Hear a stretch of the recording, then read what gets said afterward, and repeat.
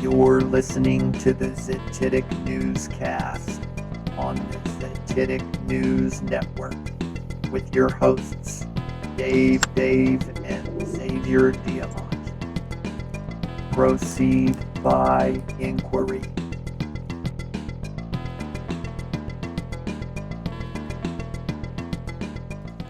All right, welcome to episode 28 of the Zetetic News Cast. We're your hosts, Dave, and of course, Xavier Diamant. It's December the 2nd. It's really hard to believe it's already December. But here we are, and it's been a little while. We've had holidays and some other things come up. We haven't done an episode in a while, so long overdue. And we have a very special guest today. And a very special show prepared, jam-packed. We're joined by Sarah Cook, also known on Instagram as Sarah Michelle 526. Put the link in the description, as well as a write-up providing a little more information about her. But we're going to hear directly from her about her journey in a little bit. I want to first do a few housekeeping items, make a couple announcements about the Zetetic News Network. First of all, I've added a channels page on the main menu bar, and we've got 3 channels at the moment that are sort of proprietary ZNN properties, if you want to call it that. One is just our main YouTube channel, Zetetic News Network, and that's where you get the long form, multi-hour full uploads if YouTube will allow it. We've also got Zetetic News Clips, which is our sister YouTube channel where we are pulling select portions of our shows and uploading them in more digestible sound bites. And then I've got a special announcement today, a new initiative at the Zetetic News Network.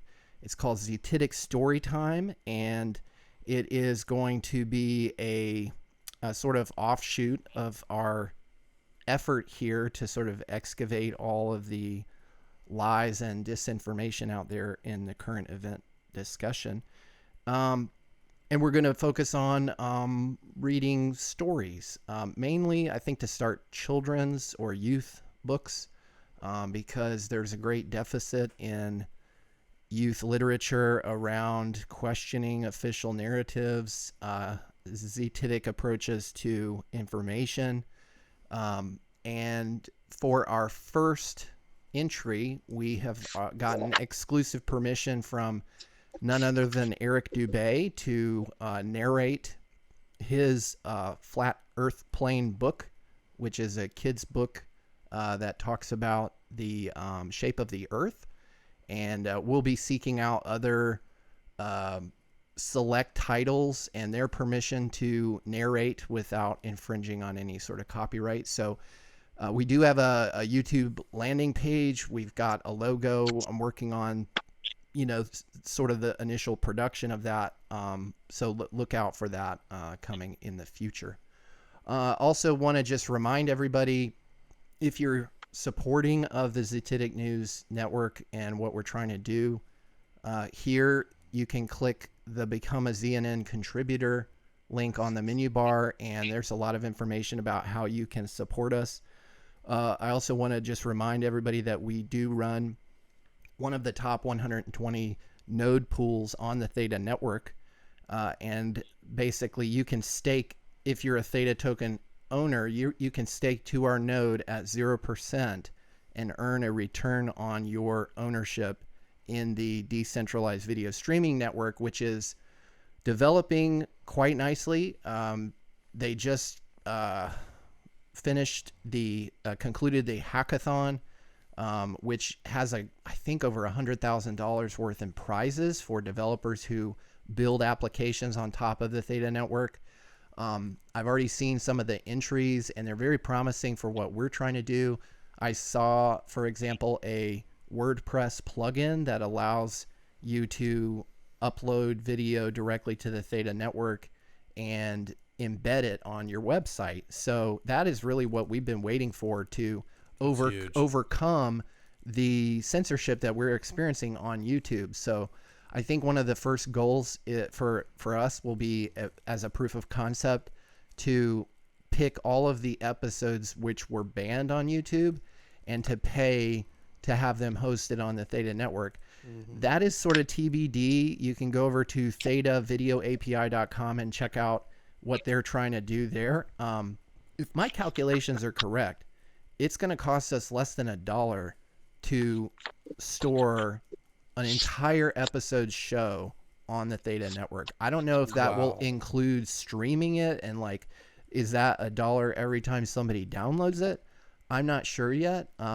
It's payable in T-Fuel, which we're generating from our node pool operations, and we plan to recycle that into a censorless, independently financed way to get the word out, whatever the word may be.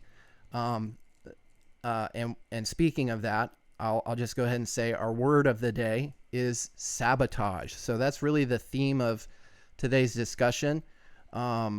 And we'll get into the definition of sabotage in just a second. The last bit of housekeeping I want to remind everybody about is at our main page.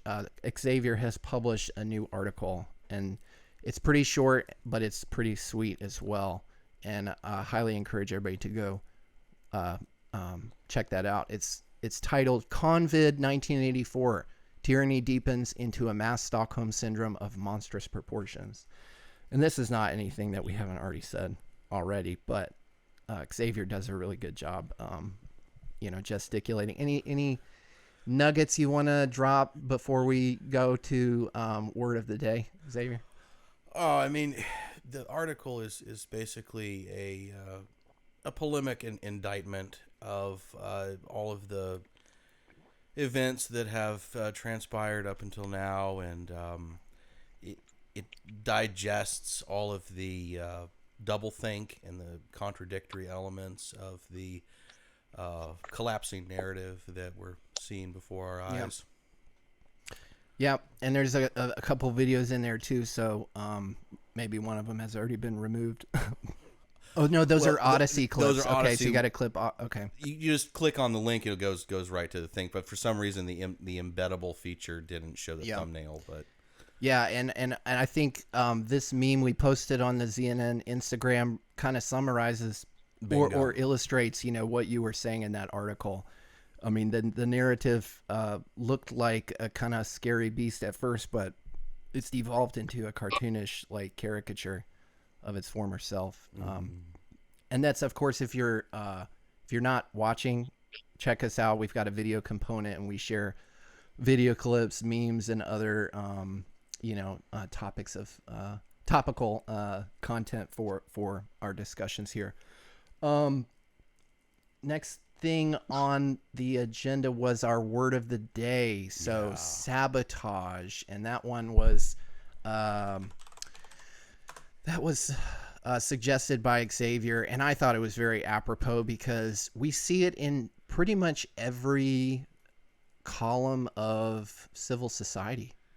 We see everything. We see saboteurs. We see people who actually go out and bungle things intentionally to achieve like political gain. Then you see, and this was what struck me, was self-sabotage. Right. People have been convinced seemingly to sabotage themselves, and that ties back to an earlier word of the day, Schadenfreude, where people are getting enjoyment out of this whole activity, and that kind of ties into the sociopathy, psychopathy that we're seeing. So it's just also really interesting that it very much, the word has an origin with all the labor disputes at the turn of the century. Right. And we're seeing it recapitulate on a much broader scale and on a sort of endemic level when it comes to just economic viability in general within, developed societies. And ultimately, I think that the whole bottleneck around the growing anti-work movement on the heels of all this stimulus, so-called, and helicopter monies, being added to the balance sheet and artificially injected into the economy as a way to supposedly support, the fallout from these, again, self-sabotage policies that more or less stultified and eviscerated large swaths of the worldwide economy. Yeah, and I also think we're coming off the heels of the Kyle Rittenhouse, media fiasco. But when you do look at the imagery of what was going on there, it was pure sabotage. Oh yeah. I mean, people coming in from other states, lighting things on fire. But they were mostly peaceful. And then the prosecution is defending that activity, or at least minimizing it. Oh, it's just a dumpster fire. They were just protesting. It's like, yeah, but if you push that up against a building, the building catches on fire, dude. Like, that's arson. And I've got this. I had to share this meme. It ties in with all of our video game discussions as well. Yeah. Somebody adapted the original Doom cover art for the first person shooter Doom, and they superimposed Kyle Rittenhouse there. And when you think about the people he was around, the pedophile, murderer, abusers and stuff, they are like demons from hell. Right. And so I thought this was a great imagery for, it was just meme-fection is what I called it. I thought it was very apropos. And it also kind of is interesting in the light that, video games, they're fun, but they're ultimately kind of a distraction. They're sort of a pastime. It's sort of a fun thing to do. And if we look at this trial, 24/7 coverage, basically. Yeah.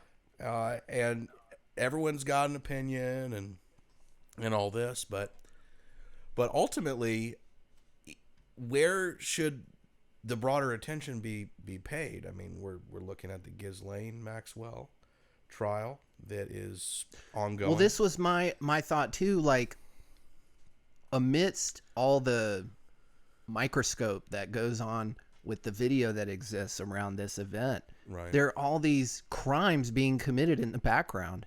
And then you have a justice system purporting to be exacting justice.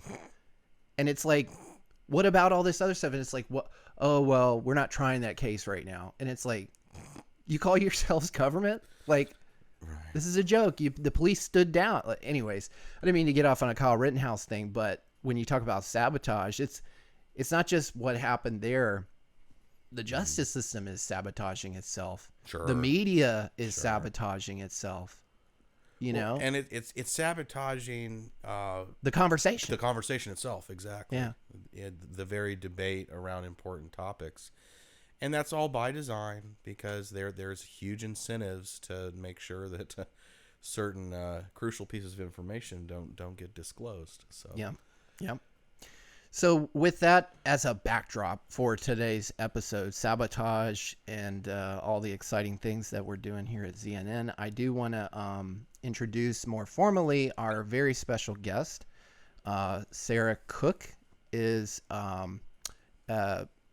relative of mine, a friend of mine, but one who I had no idea, was had the same mental illness that I do, which is being, apparently a raving lunatic conspiracy theorist. Now I'm just playing, but no, Sarah and I connected at a recent funeral gathering that we were both attending, and I don't really remember how the conversation came up. I believe we were talking about our children and like education, like most people do in education, and of course we're pursuing homeschooling like many people are now. And I think at a certain point I mentioned the acronym CRT, and all of a sudden Sarah started vibrating and like just oh, I know about that. Like, let's talk about that. And it's, I have to jump in right there because, a lot of times at family events, I try to, keep in all my political thoughts and opinions. And when you were talking about homeschooling and talking about, I think it's called core curriculum, I wanted to ask so bad, but I'm like in my head, no, Sarah, no, like don't ask, don't ask. And then you brought it up. I'm like, okay, here we go. We're doing this. I got you. You got your ticket, right? Yeah, To speak you open the freely, door. unfortunately, right? And that's always like the struggle, right? Is where is the line with someone, right? So Right. CRT's this whole thing, but how deep can we go, Sarah? Like that's why I wanted to get you on the show and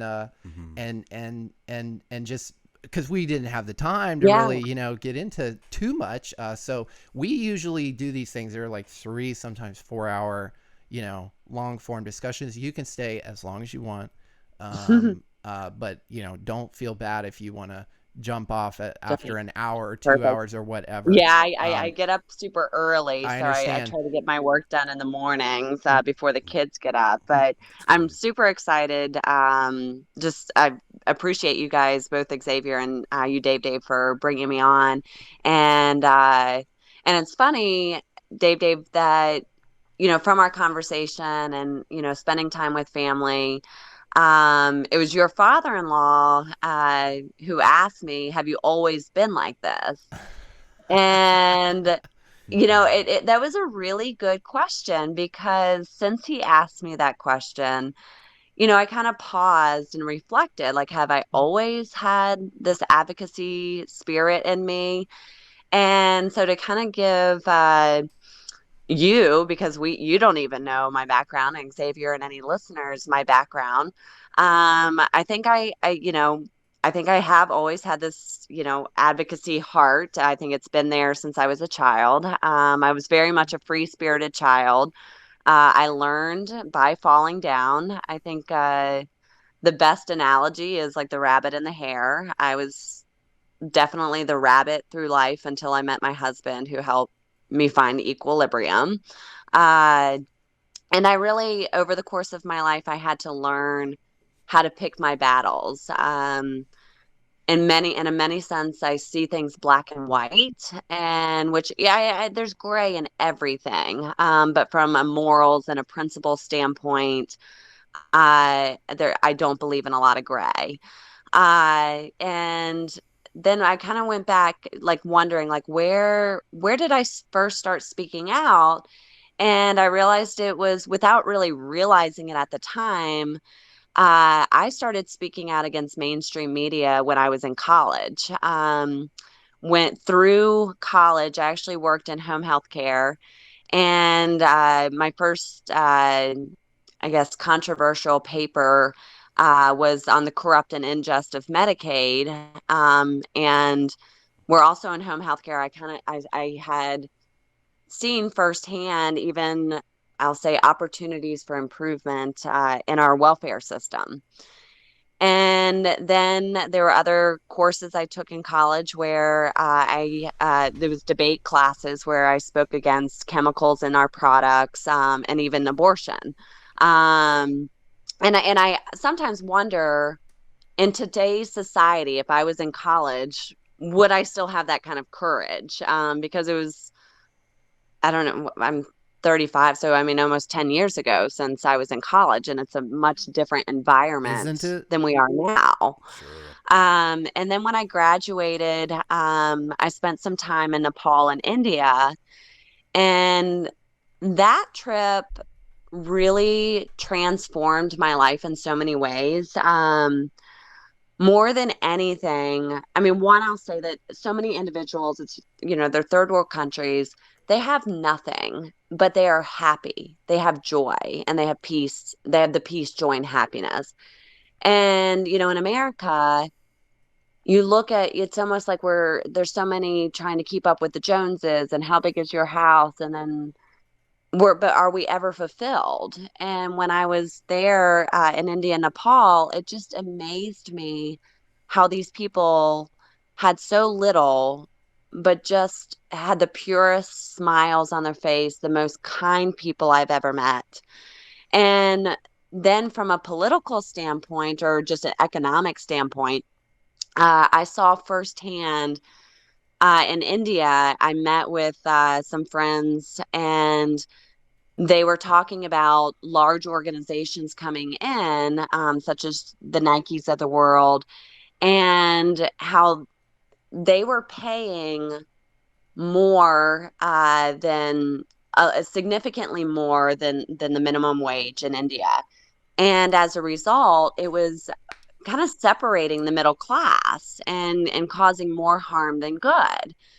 And so you kind of think about micro and macroeconomics. And, in America, so many of us or individuals seem to be naive, like, oh, well, the Nikes of the world, you need to be paying more. You need to pay them more. Well, no, why don't we pause and understand what it's doing, to the middle class by paying them more? And are they, sometimes you if you don't know what to do with all that money, it almost gets you in more trouble. So are you creating a societal issue?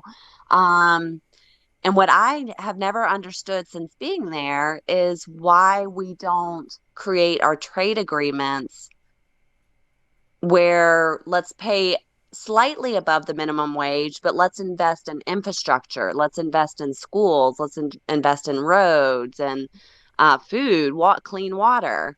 So that was very impactful. And then I spent some time in some small villages and met a woman. She was 22 and I was 22 at the time. She had 2 children. Her husband had left to India to work, never came back. Because of her religious beliefs, she became an outcast in the community, and they would not allow her to get water from the well and the community well. And so the people, I was with my dad and some others, and we invested in her. Water's a basic human need. We put a well in her backyard.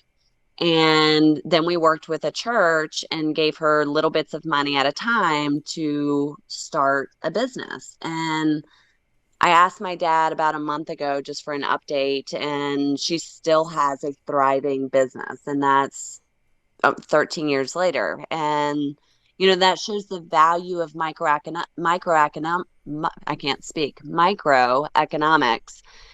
And I think in America, where we've kind of lost touch, is there's so much focus on the macro level that we lost touch with the micro level.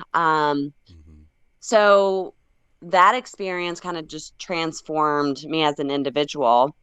And my first, I guess you could say, real job was with the Federal Reserve. I had worked prior to that, but this was just a whole new level. I was in ethics and compliance. How did you within get there? I'm so curious. How did you go from this trip in India? Was it just right after that? And how did that happen? No, that's a good question. So so through college, I worked for a home health care agency. And then I graduated, oh my goodness, it all runs together at this point. I think 2009 or 2010, and there was a little bit of it was a bad market to be coming out of college. I don't know when you all graduated, but it was not. Same timeline. Yeah, so it was, I don't know if you guys remember the market back then, but it was not the ideal time to be graduating I was selling college. toilets. What's that? I was selling toilets.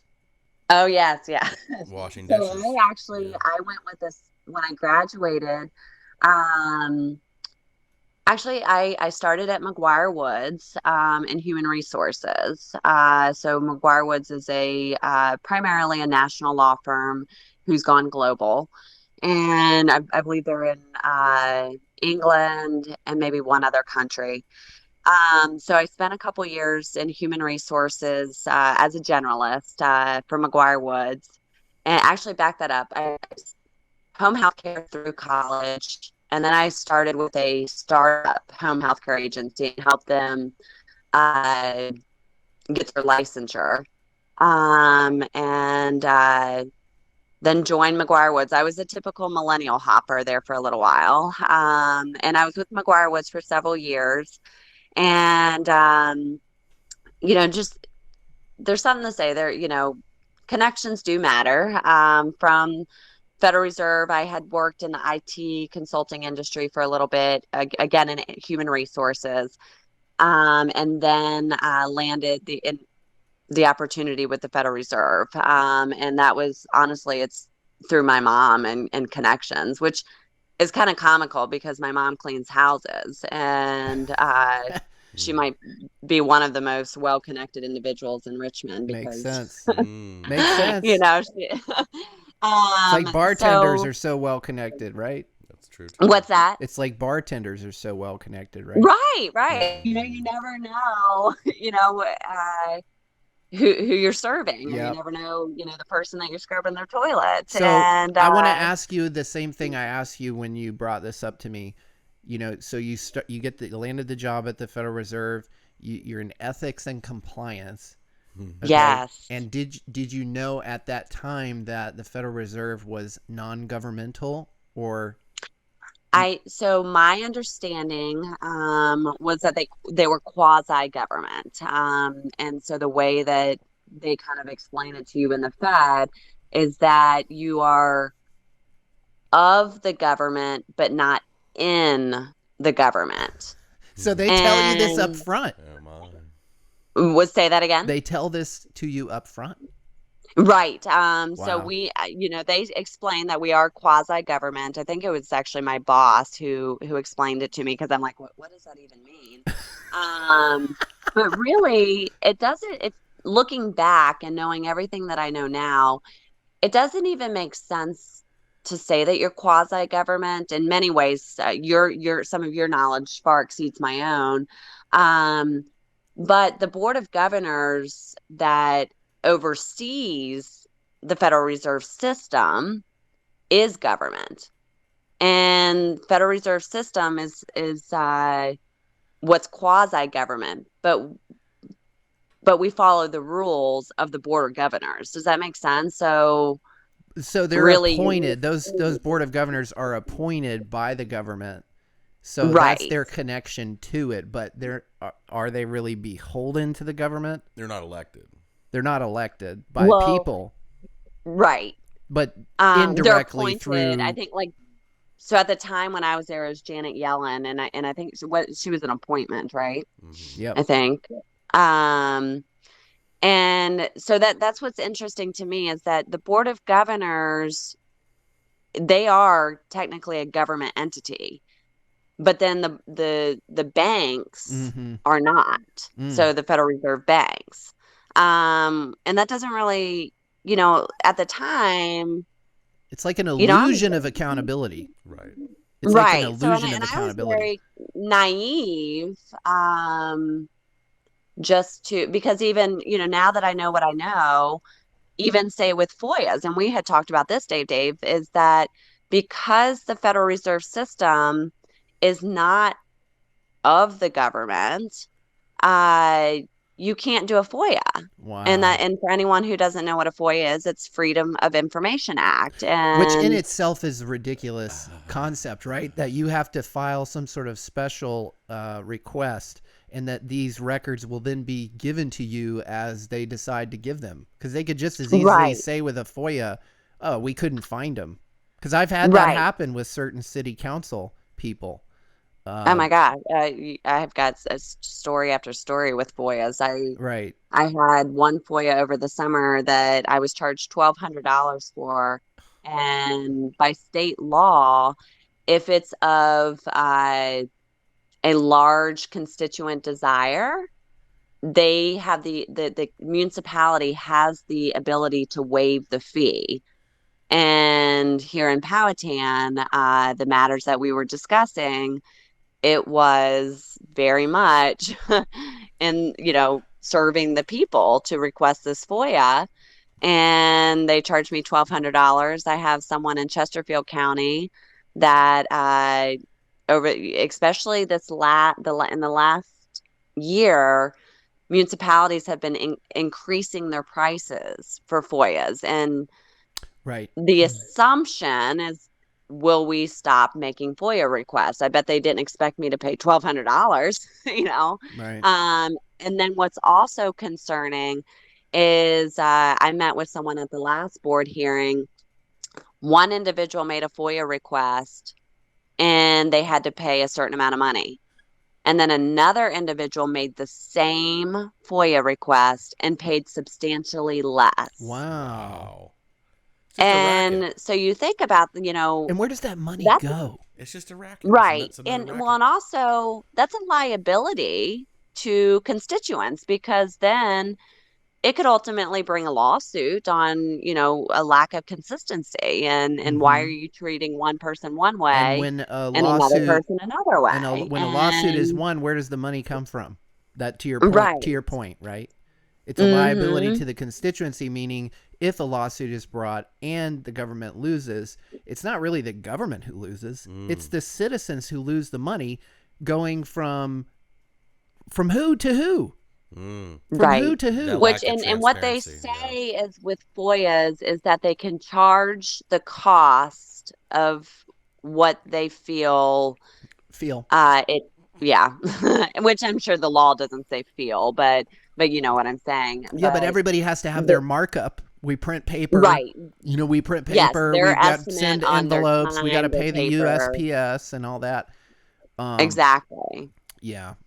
Yeah, we know how that So now works. I'll kind of run through, just kind of finish up, like kind of just my little story, and then we can get deeper into the Federal Reserve if that's okay. Yeah, And please. I'm long-winded, I know that. So I did ethics and compliance, and just for anyone who doesn't understand the Federal Reserve System, there's a division called Supervision, Regulation, and Credit, and that's the largest division within the Federal Reserve System. Essentially, it's like a small business, and that's where the bank examiners are. Doesn't sound So, small to me, Sarah. what's It that? doesn't sound small to me. Yeah. Um, and so I was in ethics and compliance for supervision, regulation, and credit. And so the same way that bank examiners examine banks, I examined our bank examiners and our executives, or really any employees within supervision, regulation, and credit up to executives. And I worked with the board of governors, like on a compliance manual for ethics and compliance, and performed after an audit by the board of governors. My ethics program was found to be the best within the Federal Reserve System. And then fast forward a couple years later, I went into land development. I've worked in acquisition, zoning, development, and construction. I was a project manager for one of the most contentious zoning cases in the state of Virginia after a proffer law change. And I have a unique perspective because I've worked in healthcare, I've worked in ethics and compliance, in the financial services industry, and then I've worked in land development.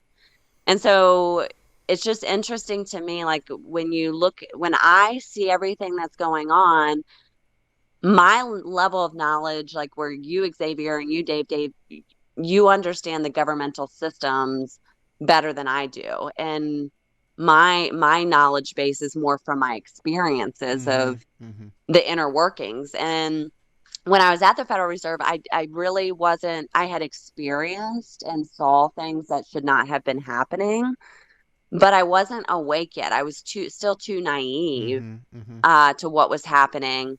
And it wasn't until I got into land development where I started to see all the backdoor deals. And I just was astounded by what was happening.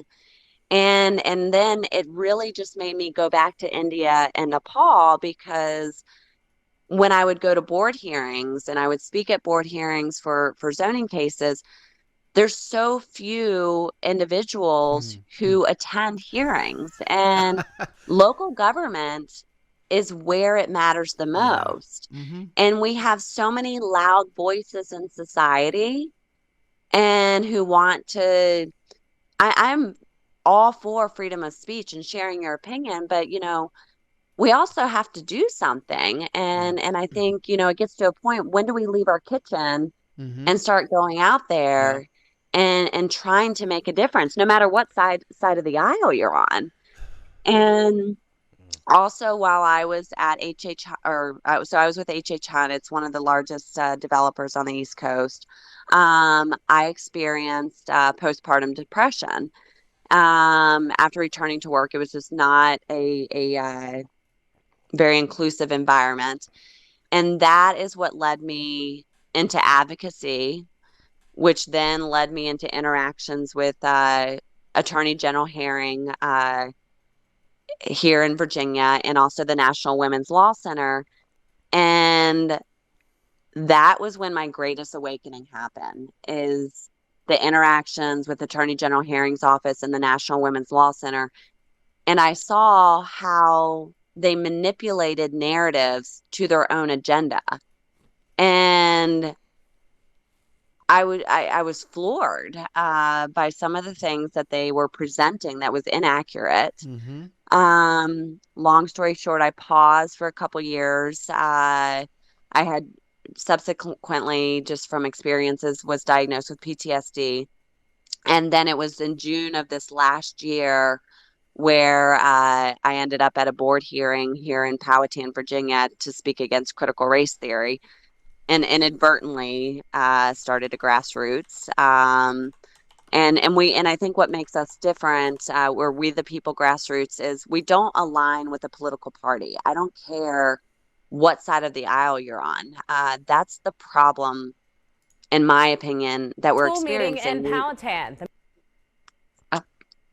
Are you there? Sorry, go ahead. No. That's one of the news clips. But we don't align with the political party because, I mean, I think Xavier, Dave, we could all agree that there's the right and the left, and it's created this great divide. And I don't think we're all that much different. We might disagree in certain areas, and even Dave, you and I and Xavier, we don't even know all of our political ideology, but we still like each other, you know? Right. Yeah, you used to be able to disagree peaceably. Yeah, before this this eggshellification. Exactly. Yeah. So it just sort of inadvertently kind of happened. We don't align with a party, we align with the Constitution. Probably my focus area is more diversity and inclusion with mental health, with an in-depth understanding of CRT. So that's kind of me in a nutshell. I know I'm long-winded. No, we are too. I mean, we welcome it. My wife can attest for that. You know, when I'm stumbling in at 2:00 and Xavier's got like an hour drive home. You know, but to relate to your experience, let me give you a little background on Xavier and I. I mean, we met in a similar setting, and we've covered this in previous episodes, but I think it's good for this discussion to kind of revisit it. Mm-hmm. But we met at a similar type boardroom setting where we were at the local water board, the Orange County Water and Sewer Authority. And to your earlier point that at least right now there's still some modicum of local control and local autonomy over what happens, that's where the real action is, and nobody is there. So we're in Chapel Hill, right? Down the street from the University of North Carolina, which is implicated in the creation of the cerveza virus. That's our joke. COVID, the COVID situation. They're implicated. UNC is. Okay, we're down the street, just down the road, protesting the fluoride thing, and nobody from the community is there except for a select few group of like people who were like you, decided to leave their kitchen, and it's incredibly discouraging to go to these things because these people sit up there with the veil of authority. Like you said about the board of governors at the Federal Reserve is a great macroeconomic example of what we saw at the local level, the Orange Water and Sewer Authority Board, which we learned later they were just basically put there to give the illusion of some sort of local accountability. But in truth, they answered 100% to the developers, the landowners, the contractors, and that included industry interests. Like I said to you at the gathering, including but not limited to, the fertilizer and aluminum manufacturing industries, which were making profit off of disposing of a waste product that they would otherwise have to spend a lot of money to dispose of cleanly in our water supply under the guise of a medical health benefit. And so me and Xavier met in this manner, experiencing probably many of the same things that you experience. Like, for example, you naively walk up there, think that you can present some information that they haven't seen before. They see it and you're like, I'm a normal person. So when I see this information, I'm like, holy shit, we got to stop this. When they see it, they're like, oh yeah, that's the plan. We meant to poison the water supply, but we're never going to admit that publicly. So we have to create this whole dog and pony show board. And Xavier taught me the Delphi Method. And Xavier, would you explain to Sarah? She's probably I never heard of that. She's experienced it, but she probably hasn't seen the like formal definitions. So one way I'd put it into a nutshell is essentially the Delphi Method is the pseudoscientific contention that expert opinion distilled through a bunch of think tank processes can form a consensus about any given set of policy decisions. And they set the parameters. So it is a it is a manufacturing of consensus. You basically Rand Corporation level gamed closed feedback loop. Interesting. That proliferates in pretty much every single segment of so-called credentialed authoritarian bureaus, agencies, boards, what have you. They use some variation of this method that more or less exempts any sort of public review from their decision-making process. They said, "Oh, well, we've had this meeting and we've put it through these focus groups and these surveys and these polls and these, charts indicate that this is the best decision. And y'all can have you can speak to the contrary all you want and have your, minute or 2 minutes to vent your concern, but we're not really listening to that because y'all are just the plebs. You're not the experts. It's a dog and pony show. And that's what gets me is I don't mind having a conversation with anyone about politics, as long as we're kind and respectful. I'll have a conversation with anyone. But most individuals who have not been at a hearing do not understand the dog and pony dog and pony show, what I'm trying to say. And like you say, this Delphi method where it's this illusion of what, it just, we're, this looks good. And so, in a perfect world, it would be nice to just simply trust the government. But once, one thing you said, Dave, when we met last week is once you've seen what we've seen, you can't unsee it. Right. Yeah. And it's only through that trial by fire that that I'm convicted of it. You can go online and sleuth all you want. Maybe, who am I to say? You can become convicted without directly touching it. But until you go locally, I knew there was corruption, right? I was awake in my mind before I decided to leave my kitchen, to use your words. Right. But when I left my kitchen, I was amazed at how close it was.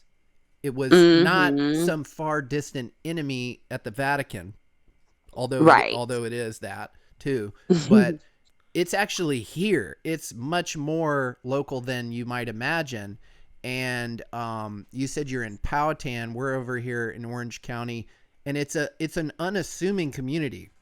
You would not appreciate the level of corruption that exists in the Raleigh-Durham area of North Carolina unless you actually get involved at the local level and realize how far gone we really are. Because and that's what's really interesting.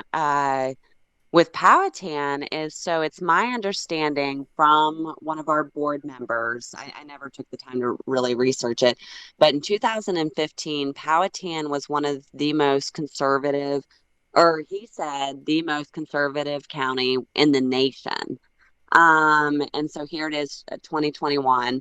I'm sure we've changed in some respect, but we're still very conservative, and we're very unique where our board hearings are not like many that I have been to here in Powhatan.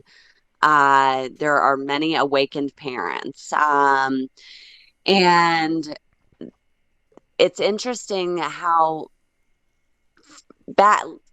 Let me go back when I was pregnant with my second child. It was in 2019. I was at a meeting, and a school board member told me, and others that were at this meeting, that critical race theory was in our schools, but by a different name. And when I got involved, there were several groups already involved, and working on this far before I ever came into the picture. And then in May, what really helped kind of push this drive against critical race theory, it took a board member stepping up and basically saying, you all are right, that this critical race theory is in schools So they under the could well guise could they of the name cultural competency. And so What a euphemism. What a they euphemism. yes now they were it's a they euphemism. begrudging? Were they like regretful that they discovered this? Did you get the impression that like it slipped under their radar, or were they just playing dumb? um my goodness, the school board, I definitely believe that it is my personal belief, because I have to be careful, because I do speak on behalf of, I want to separate what I speak off from, and as me as an individual, and then as a grassroots lead. Me personally, I feel that the school board was very much aware, especially because in 2019, I had a school board member tell me that Yeah. it was under a different name. I feel Premeditated. fairly confident that many in the community would agree. And if it wasn't the school board, we know for certain that administration knew, and administration lied about it, and our superintendent enrolled us in a divisive program without board authority. And we have called for his resignation for, my goodness, like almost 6 months now. And it gets to a point where it's a joke that, Are you at the point? you, Are you at the point of mocking? Because yeah. we got at the with the Orange Water and Sewer Authority, we got to the point of mocking because Vicious. they were a joke. They made them a joke of themselves. Right. And that's what it's pretty much become at the last board hearing I was at. It's like, who are these people? Who Right, they, right. they are they my put really my themselves- neighbors? They like live near me? I just ugh. Yeah, they put themselves on a pedestal. Right. And what's funny is at the Back-patting. last board hearing, there were several of us who were just over it. And we were reprimanded by the board, who, technically we employ them.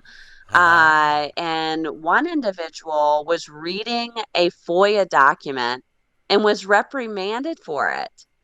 Well, according to state law, she's permitted to read it, and it's public information. They And don't care. They do not care. right, It's just a confidence game for them. If they think they right, can intimidate and you, and See, that's why and power in numbers, right, Sarah? That's why when you go to these meetings and there aren't a lot of people there, it's discouraging. Right. But when there are a lot of people there, it's pretty exhilarating to get up there and say Yeah. what you want to say, because if you're telling the truth, you're backed up. you're right, backed up, exactly, and it resonates with and the the truth people. is easy. You don't Yes, really have to right. fight when you have the truth, because Exactly. you can stay on offense. And that's where we're really fortunate in Powhatan, because we have so many people involved. And somehow I have taken the honorary seat. I work with other grassroots, and of course, we share information with each other. I am somewhat the bad cop. So when there's dirt or things that need to be brought to That's light, the fun role. I'm the good. one who has gets the opportunity to disclose that information. That's fun. Sarah, we have some Yes. questions actually for you from Yeah, our live chat participants. This sure. is from John Galt Nice. for Hi, Sarah. John. Who in the Fed?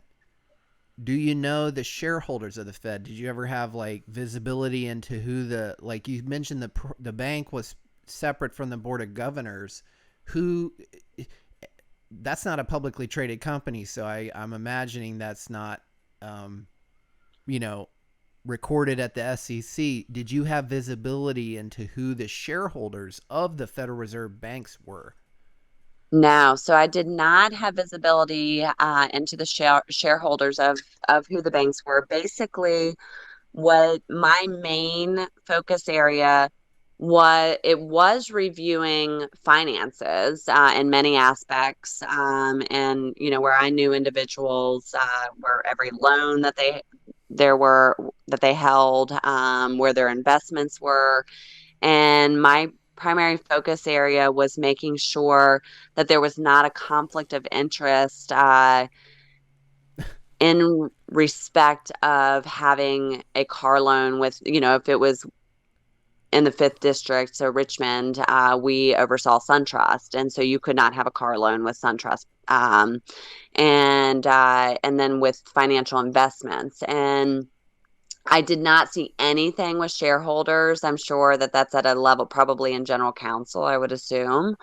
But I did, while I was there, discover a vice president who had a very serious financial conflict of interest, that was subsequently elevated to general counsel. And the issue had elevated so much that I actually stepped out, and general counsel fully took over.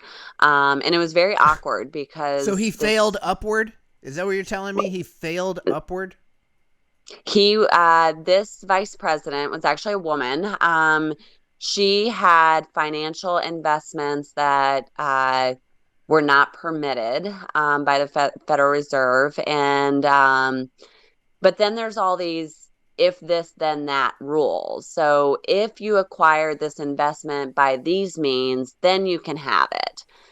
And the vice president started changing their story once they started to understand, oh, had I acquired this investment that way, then I can keep it, which is really, that is a conflict of interest in of itself. And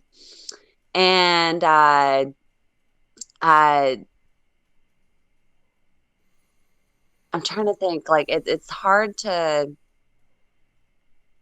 there's so many rules, but then there's so many ways to skirt around the rules. If that, does that make sense? Yeah, and I'm sure the general counsel knows which ones they are. Mm-hmm. Right, exactly. And He probably wrote them. and it was one of those situations that was really, really hard because when I discovered this, I can remember sitting at my desk. I can remember losing sleep at night, thinking, because this person was actually my boss or two up from me. And I'm just thinking, like, okay, if I report this, like, I'm done. I'm going to have a target on my back. Even But at though the that's same, your job. right. And then that's what I was taught. I trained under one of a very, very, just an incredible attorney under in general counsel at the Federal Reserve. And she had always taught me, don't do anything you can't do, that you cannot explain on headline news. And I just felt that. Wow. Yeah. And That's pretty this is big. what And I said to her. now that I know This is everything what I about said to her. She didn't have to say 1/10 of what she's just said on our show at the gathering where we talked about this. But I said, oh, I figured it out immediately. They wanted you to be a Jen Psaki.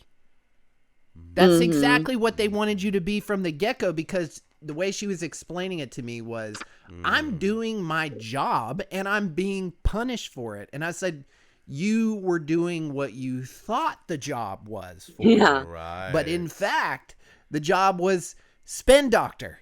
Well, and to actually redact and sort of gatekeep specific sensitive details. Yes. Right. Right. Can you disclose who this, where this conflict of interest, because you oversaw examiners of banks. Can you disclose which bank say that again, was? I'm sorry. You said you were examining examiners of banks. Yes. Is this a particular bank who had this conflict of interest? Can you disclose that? No. So this individual was an executive, and so they were not a bank examiner. So they oversaw, I would say, kind of like the administration side of supervision, regulation, and credit. Wow. And but I will say, I am aware of, so at the Federal Reserve, they have what's called central point of contacts with various banks. And what they try to do is set limitations on the amount of years that a central point of contact can be the point person with a specific bank. And again, it's this illusion of not having a conflict of interest. Because well, they can just I keep the revolving door of central point of contacts creates a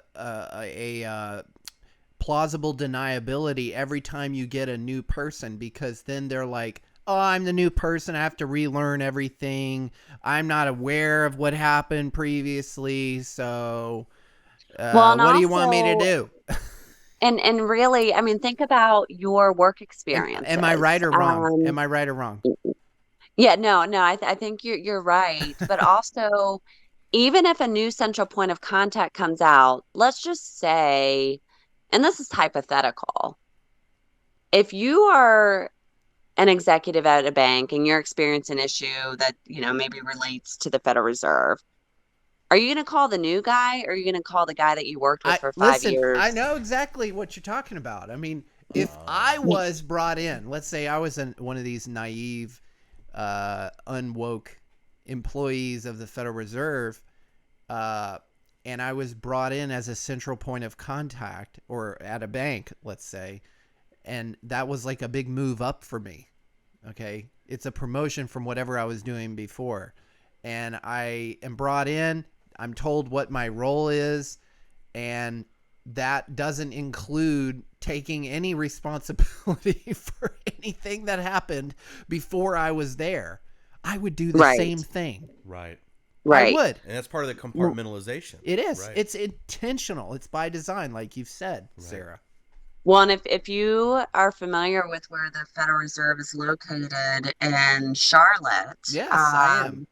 You can literally walk up the street to Bank of America, and the central point of contact for Bank of America is out of the Charlotte branch. And I to this day, I have no idea why this person told me this. I was on my way out of the Richmond Fed, and I was going to be working for the Chicago Fed at this point, and it was one of my last business trips.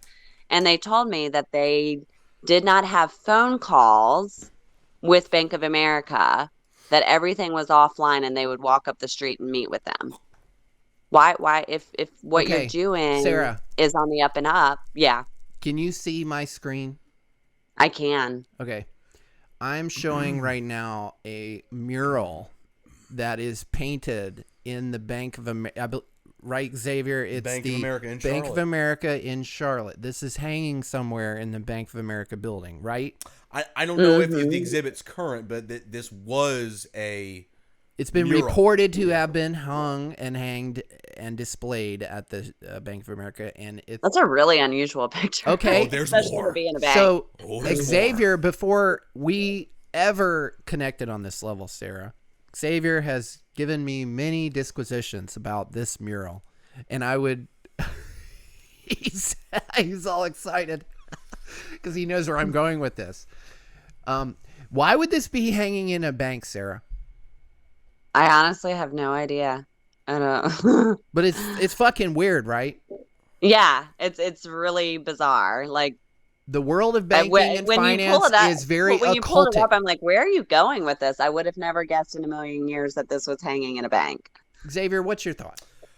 Oh man, where to begin? I mean, this is just rife with occult symbology of the left-hand variety. I mean, you look in the lower left-hand corner, you have the sort of managerial class, hemming and hawing about decisions, but it's compartmentalized and subordinate under the feet of what looks like a young boy being initiated on a white and red checkerboard, not just white and black, but white and red, which signifies blood sacrifice. And then you literally have a pyramid in the background and a solar eclipse literally suspending and hanging in the balance this human form in a cube. And then you've got all these Masonic stairways leading into the sky. I mean, and then you have the red bar coming down from the right-hand side, which could indicate basically the corruption of our better natures through satanic seduction. And ultimately, this was put up there for a reason. You even have the burning bush in the background. I mean, for crying out loud. I think about also the pyramid, right? So, Sarah, you talked about your awakening journey, and I've detailed this previously, but a big awakening moment for me was in 2008. Like you said, the market was shit. I had just graduated college, and I was told, I've been through 4 years of university. I can translate this into a profitable career where I will earn these paper notes that have these really weird pyramids on them. Okay, and so that's when I see the pyramid. That's actually what I thought about was the dollar, money, the dollar, Mhm. right? And so, and who's below the pyramid? Like at the bottom of the pyramid, actually under the pyramid, in the subterranean earth, are the business people, the bankers, ostensibly the managers. So even though we we're earning this money, we are saving this money, we're using this energy, we are subordinate to it essentially, and that's my take on it. And I don't know how occultic you look into some of these issues, but like when you look into finance, and that's why it piqued my interest, like my ZNN meter was going like 11 when you were like, I was in ethics and compliance at the Federal Reserve. I'm like, let's have a conversation. This is so, because it's like one of our central interests is the nature of money. What because one of the big epiphanies for me was every dollar that's issued, it's actually a debt instrument. Right. So what's your awareness of that? What was your awareness when you were at the Fed? And like, oh my gosh, I was so naive. I mean, I was still a very young professional, and it was more through the experiences of seeing what happened with the conflict of interest with this executive. And then just like it was almost like breadcrumbs of wait, that's not right. Wait, that's not right. And one other experience that I had while I was with the Federal Reserve was with our economist within supervision, regulation, and credit. There's economists that work within supervision, regulation, and credit, and then there are economists. There's like an entirely different economist department. I'm only speaking about the economist within supervision, regulation, and credit, but I would venture to assume that there's probably similarities. When economists are, the majority of economists who work for the Federal Reserve are not U.S. citizens. What? And yeah. Say that one more time. Say that one more time. The majority of economists who work for the Federal Reserve, at least within supervision, regulation, and credit, are not U.S. citizens. What? Wow. Mm-hmm. That's huge. That's so fucking huge. Huge. Right. Where are they from, Sarah?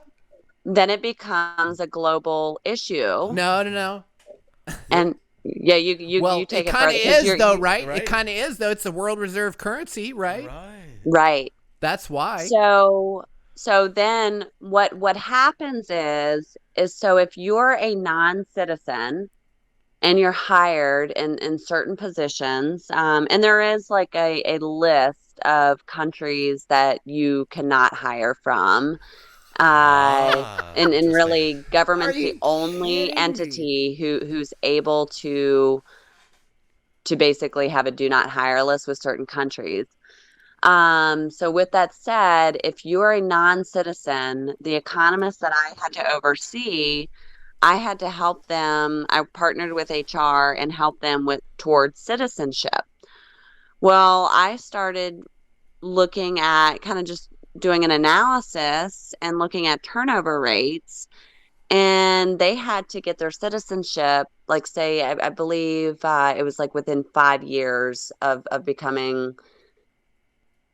joining the Fed, or I don't know, there's all these like little stipulations, but let's just say, Sarah, for the sake of ease, yes. How many were Chinese? I want to, don't hold me to this. And honestly, it might be out there. You could maybe look it up. I don't think we were allowed to hire from China. How many people from our greatest ally in the Middle East? Yeah, and please do not hold me to that, because it's, it's been several years. We won't. But it's interesting, right? Because I had another experience, right? This is post, in my opinion, wake up. But I was traveling to Japan, Thailand, and I had a stop I went through China essentially. And when I was on the plane, they were playing for their flyers, their passengers, a documentary style video about the Federal Reserve System and how the Federal Reserve System has been the world reserve currency, but it's basically dying. And we have been essentially we've been lending Americans products for these dollars. And we as Chinese, we are holding gold and saving gold and promoting gold, even though that's not really true. They're one of the biggest currency printers, like we are. For sure. But the propaganda they were playing to their citizens struck me like a hammer upside the head, because when I'm on an American flight, I'm watching Wall-E and fucking, bullshit, like bullshit. At least the Chinese government is trying to like weaponize their citizenry properly instead of like pacify. In America, they're trying to pacify me and not even get me to engage with this type of information. Well, and that's a really good point, and that's a problem, kind of full circle to where we first began, Dave, is education. Right. Yeah. That's why we're here. That's why you're on. Right. The education has been dumbed down so much that even I am literally going back and relearning what I thought to be true, and doing research and trying to understand history a little bit better. So do you like our tagline, proceed by inquiry? Yeah. That's our tagline. Here's some information. I'm not saying one way or the other. I'm just saying this is some information. You can go proceed by inquiry. You go ask your own goddamn questions. Right. And and one thing I'll bring up is you think about education, and then you think about critical race theory, and there is a YouTube video that ACT TV put on called "Explaining Systematic Racism," which is by guys kind of critical race theory. Well, when you watch this video, it shows, it's a cartoon. So they're aiming at children, so that, education level. And they're explaining why systematic racism still exists. And they're basing it basically off of redlining, off of tax dollars. And there's really no real solutions to solve these problems. Well, me being a former land developer, I saw the backdoor deals. I know for a fact that there was a community here in Richmond that was going through a school rezoning, and H.H. Hunt threatened to pull the zoning if basically the municipality did not keep, the good school in their district. It's a May 30th, 2017 article. School board member says developer threatened to pull basically this community. So you have this ACT TV cartoon saying it's all because of taxes, systematic racism, and it's because of redlining.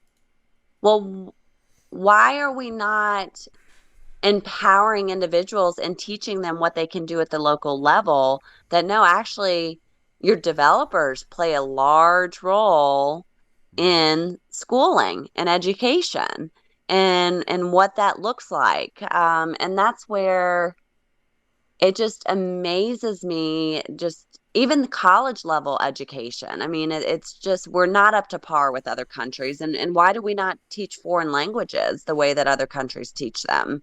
It's really, our education system is horrific, in my opinion. Yeah, I've deduced that the education system is a carrot on a stick welfare system, essentially. And that was exposed enormously with the COVID putsch, which we've experienced, more like nearly 2 years now, because they dangle the public school system like a carrot on a stick for the families who depend on it for their child care.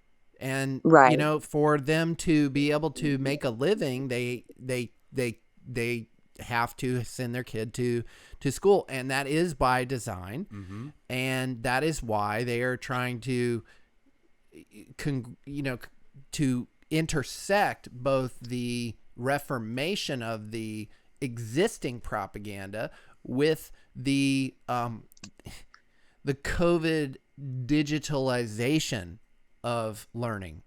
They want to bring those two things together. And actually, this, I think, is a good segue. There was a clip I wanted to play in the intro, but I can't remember if I listened to it after or before we connected at the funeral gathering.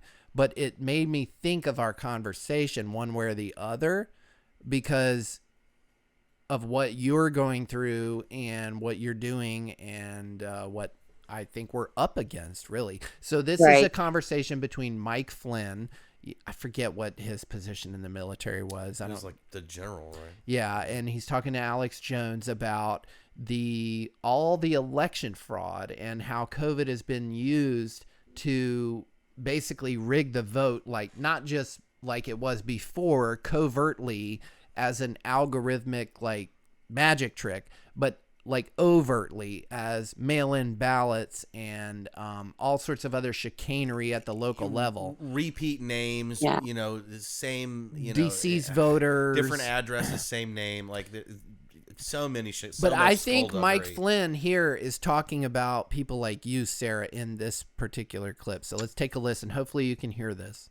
Yeah, I think that two big events that just occurred politically was the Virginia elections and the New Jersey gubernatorial elections. And I still, as I sit here today, I don't think that they have finished the counting. I mean, Youngkin won hands down because, again, he sort of beat the odds. And frankly, it wasn't necessarily because Youngkin's a great guy. He is. It wasn't because he ran a great campaign. He did. It was because they attacked the children of this country.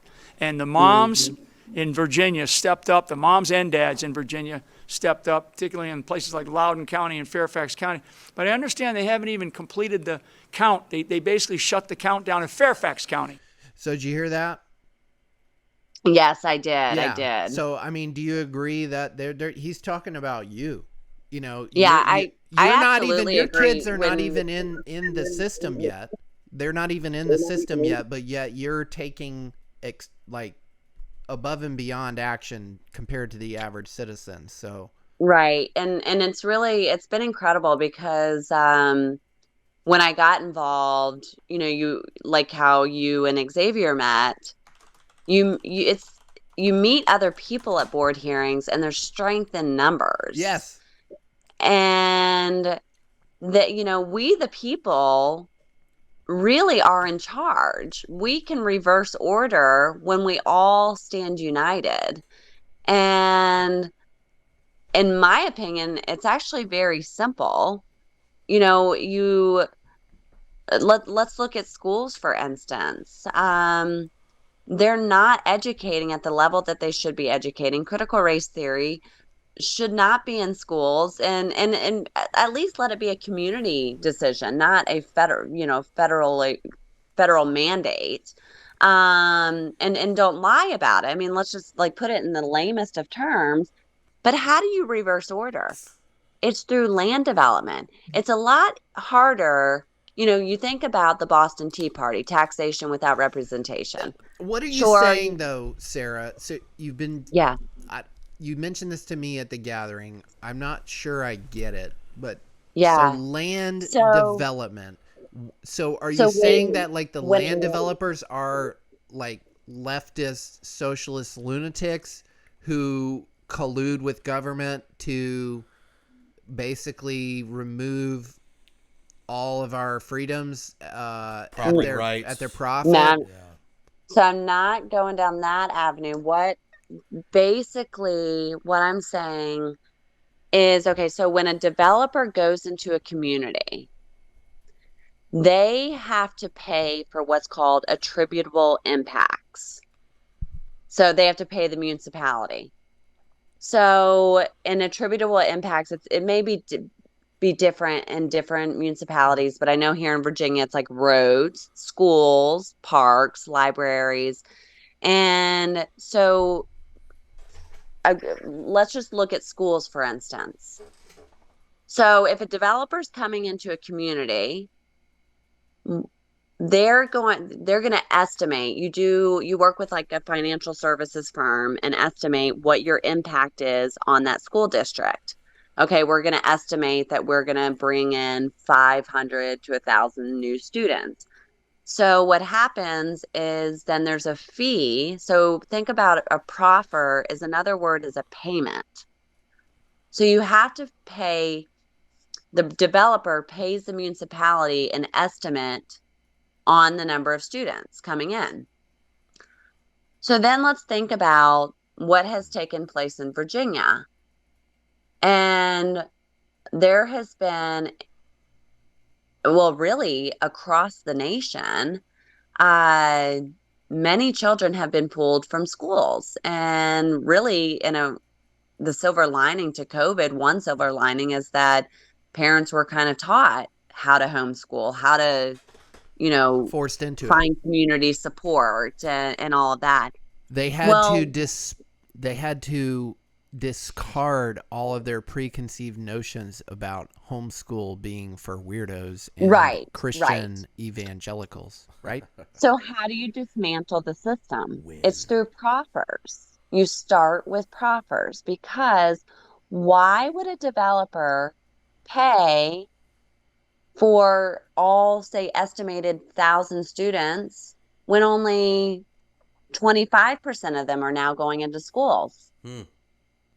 So then you got to kind of pause and think, okay, well, that means I need to start reaching out to the developers and having this conversation, because in a way, wouldn't they rather work with a homeschooling co-op and pay into a homeschooling co-op than deal with bureaucratic mess? That's Such nice. a logical approach. That's nice. Right. That's a logical approach, Sarah. I love that.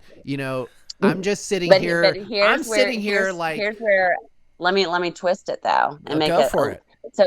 So we as the people can start and I have a recording with a school board member saying that I'm precisely right, that basically we have to look at reallocation of funding. Our board of supervisors out here in Powhatan tried to say that they have nothing to do with the school board's decision. That is a lie, because it is all related to budget, and the board of supervisors manages the school board's budget. Well, if we pull proper payments, that impacts what? The budget, which the board of supervisors. See, when you Ooh, know- you're stepping on some You're state, in trouble, Sarah. State cream toes there. Right. When you know how a company works, right? And you talked about, Right. just think about your company experience when a new person comes in. How does it work, right? That's a corporate scenario. It's the same thing for Right. government, because the government is not a producer. They don't produce anything. All they do is contract with other producers who agree to their bid, essentially. Okay, You're precisely right. And so, Yeah. It's so interesting that is the relationship between developers and these boards. It's very similar to a lot of the language you see in the allocation of resources out of the UN document Agenda 21, where local economics have to be dovetailed in with all of these governance policies as to how to best allocate resources and which people's property rights are best going to be deleted or put into some sort of suspended state for again the greater good of the community that only the appropriated government body knows. So that's an interesting relationship there with the proffers. Well, but then here's the catch-22, because so as a former land developer, I have started reaching out to developers and, basically, why would you pay into, the government when you could work with homeschooling co-ops? And and I haven't reached out. I haven't dedicated a lot of time here. So let me back that up. It's been with one developer in particular. Well, I wasn't getting much of a response, but we know that there's a lot of politics that's involved with development and municipalities. Well, I started asking myself, like, why would a developer not want to do this? Because if they pulled that funding, if they partnered with the grassroots, like We the People grassroots, we would, definitely be leading the charge. Well, if you go to Biden's housing plan, which in my opinion is really Obama's housing plan. There's a book, Spreading the Wealth, Right. how Obama is robbing the suburbs to pay for the cities. And when I look at Biden's housing plan, it very much reminds me of Obama's housing plan. That's just my personal opinion. But when you look at Biden's housing plan, it seeks to eliminate zoning at the local level. Yo, Xavier, I meant to bring this up to you. So This was one of the key takeaways from my now discussion with ask- Sarah. This is it. ask yourself, why would a zoning not want to work? Why does a developer want to mess with a bureaucratic red tape, and why would they not want to work with We the People and just pull these properties? Because they want to eliminate their competition. Well, also, so if Biden's housing plan eliminates zoning at the local level, that actually helps developers. Yes. So it's a win-win for the federal government. It's a win-win for developers. Yeah. It's a loss for We the People. For the people. Because yes. And that's why developers- everywhere across the country you see, no zone, know this, know that.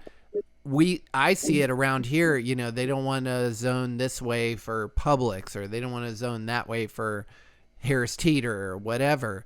And I think these zoning laws are fascist even at the local level. Sure they are. Oh, there's so much. I'm actually in conversations with a local municipality because there's an easy opportunity for affordable housing. It's called pocket communities. And if you Google it, it's a really cool concept. It's super easy to do, but everyone's too lazy to Yeah. change Yeah. zoning Listen, regulations. Sarah- Developers are too lazy Sarah, to let have me- the conversation. If I may, Yeah. for just a minute, Yeah. wax a little philosophic on this subject, because I grew up in Parkwood, which was a planned community, the first Mhm. homeowners association neighborhood in North Carolina. If you watch the Netflix hit show Stranger Things, these guys were trying to recreate the type of homeowner association planned community that I lived in this area growing up. And it was the first one ever planned for the Research Triangle Park, which was a special zone of land in North Carolina for industrial use. So basically the government came together with education and industry and bought up a whole shitload of acreage of one of the most beautiful parts of North Carolina, and built a bunch of like corporate and governmental office complexes on top of it.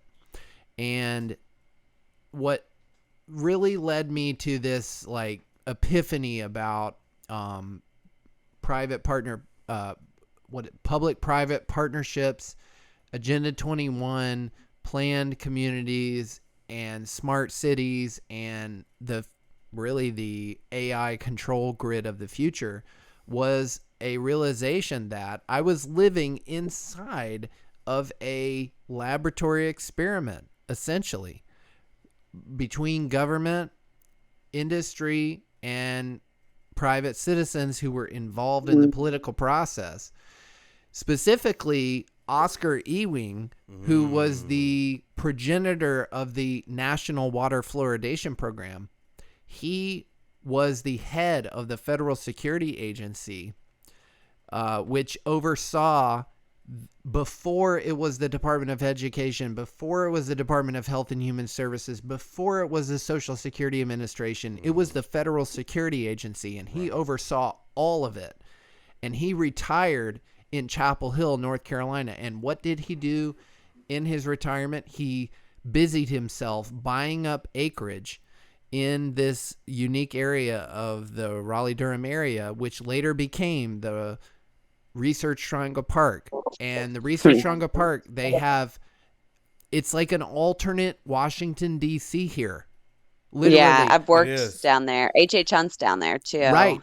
Health and Human Services, EPA, Cisco Systems, Apple at this point. I mean, they have, and literally Oscar Ewing, if you look up in the Truman Library, it's like the online library, he has like an oral history, and he's interviewed about the Research Triangle Park. He said this was set up in case there was a nuclear attack on Washington, D.C. We were going to have continuity of government here in North Carolina.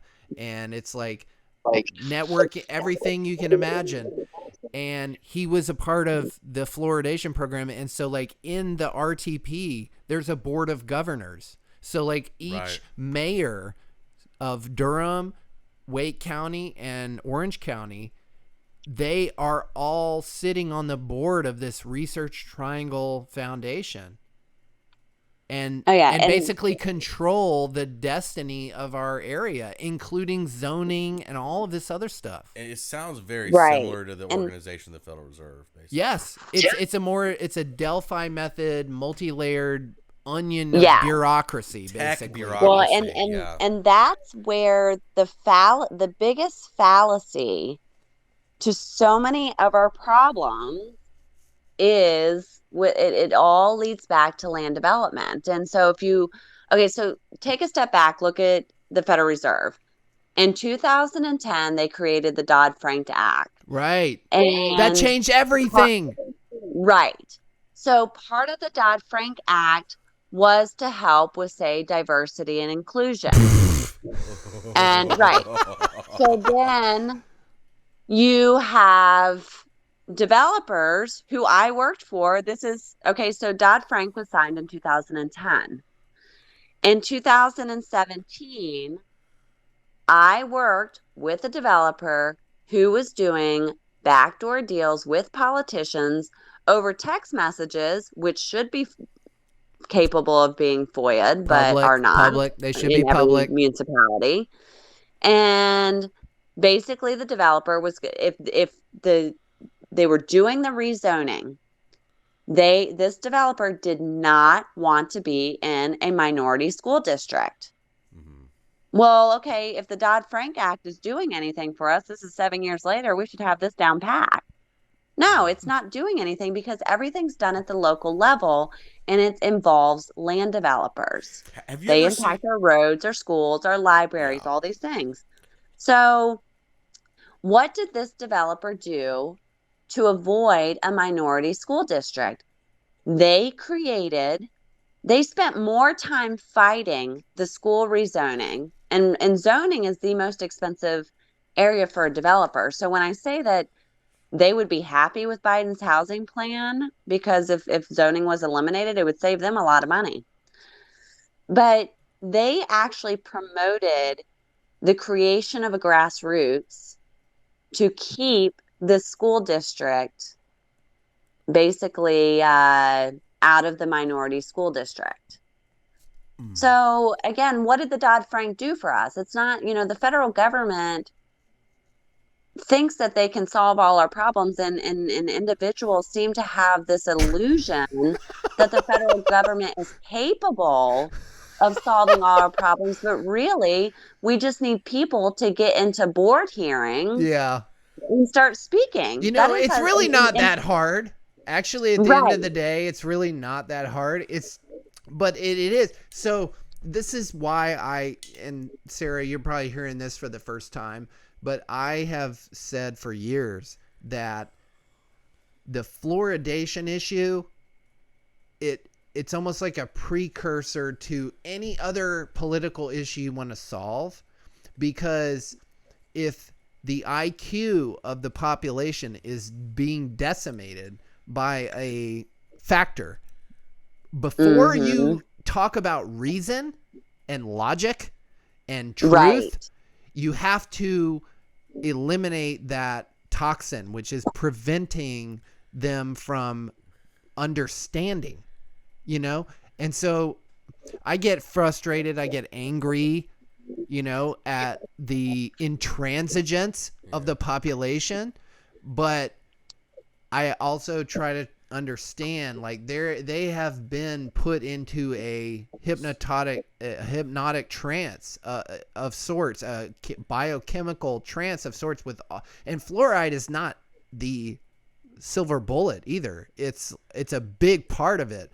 I think if we could just remove it, if we could get rid of it nationally, we would have enough IQ points to where we could start making some headway on some of these other issues. And that's start to reverse the domino effect that's been catalyzed for generations now and has precipitated this rapid decline in being able to detect rampant evil and in your face. Yeah. And Sarah, I mean, to just summarize the background, I mean, me and Xavier, like I've said, we met through fluoride activism. We've concluded, and I'm happy to share more information, but we've concluded it's an IQ reduction program.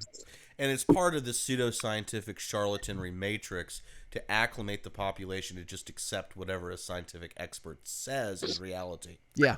And the Right. lower the IQ, the more willing they are, to accept whatever bullshit.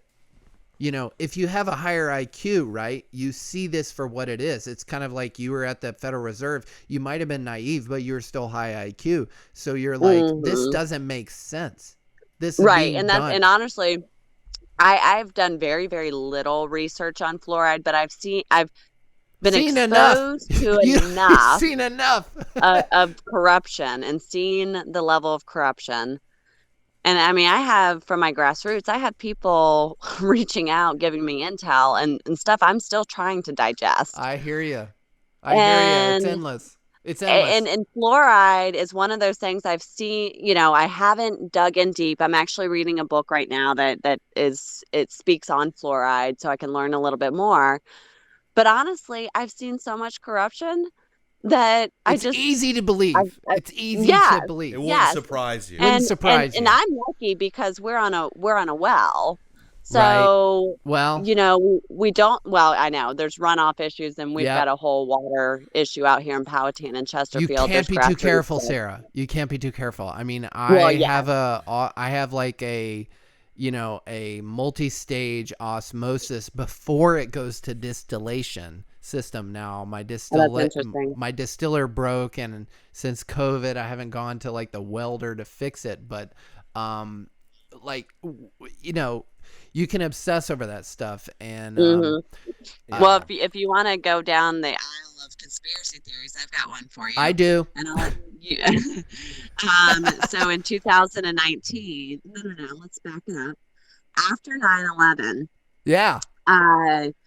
the government, so I'm sure you all are familiar with, but if any listeners are not, there's what's called a Geographic Information System, GIS, for every municipality.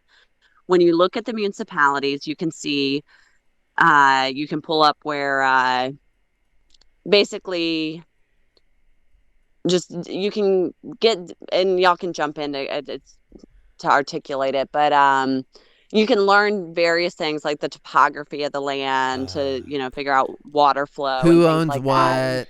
Yes. I use them all the time. So after 9/11, water systems were removed from GIS systems. And the reason being was to avoid, a terrorist attack, say, on our water system. Interesting.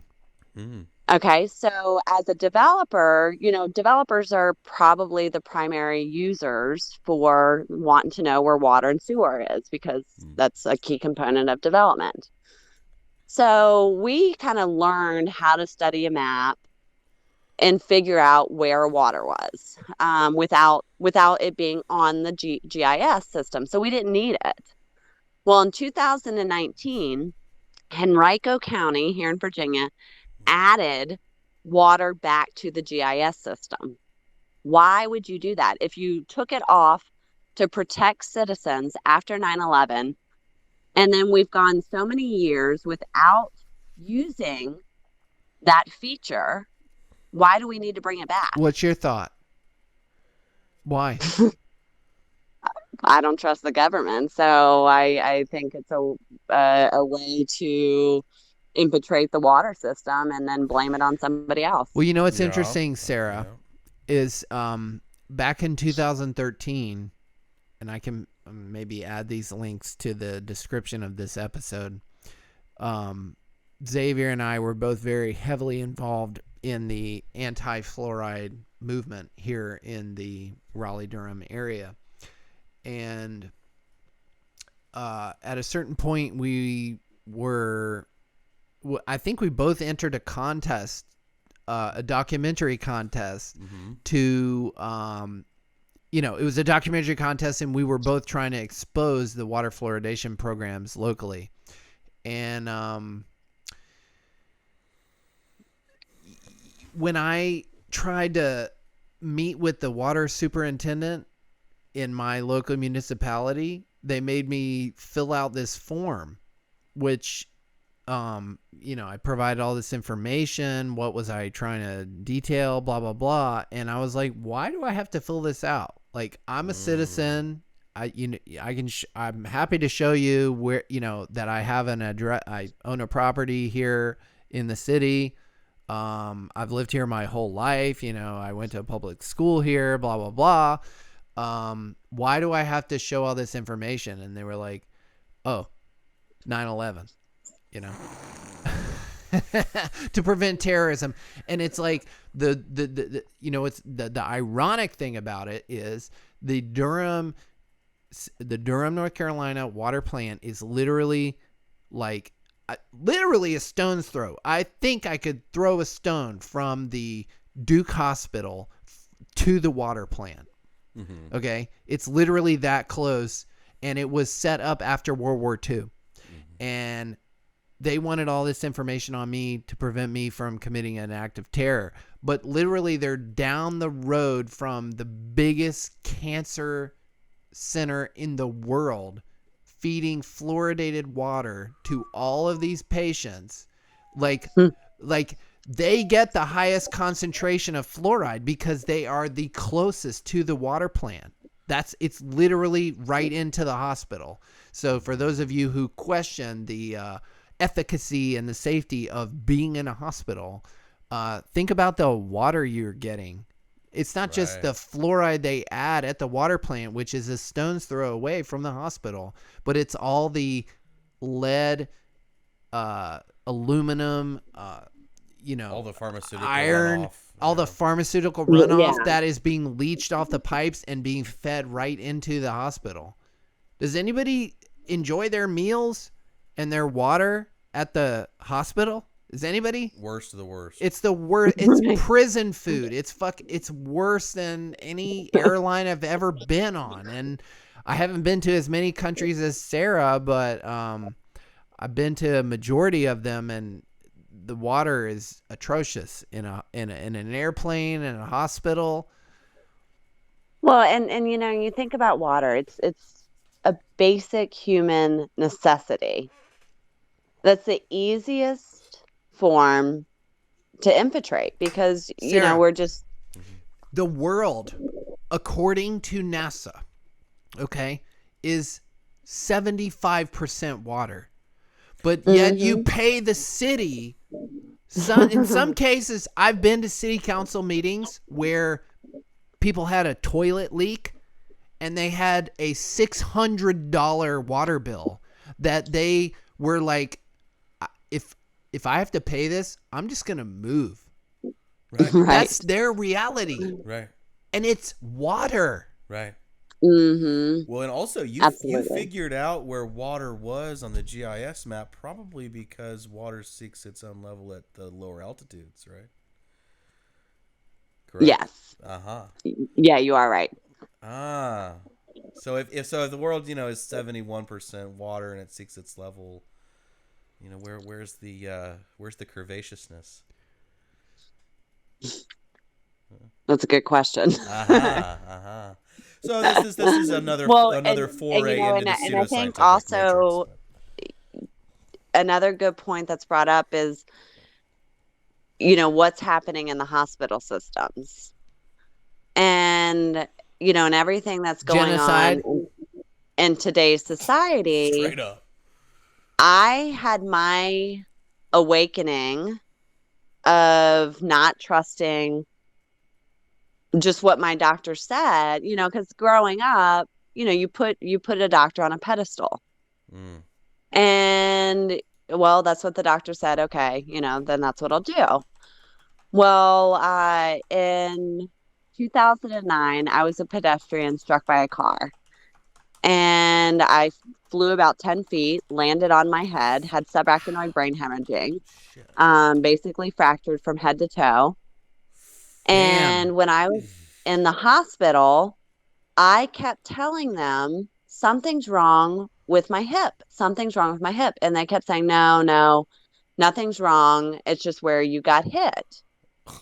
Well, I was discharged. Wow.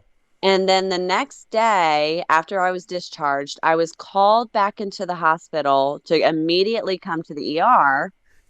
And, having a head injury, I had subacronoid brain hemorrhaging. Your mind goes to the worst thought. Why do they want me to come in immediately? And you're thinking something's wrong with your brain.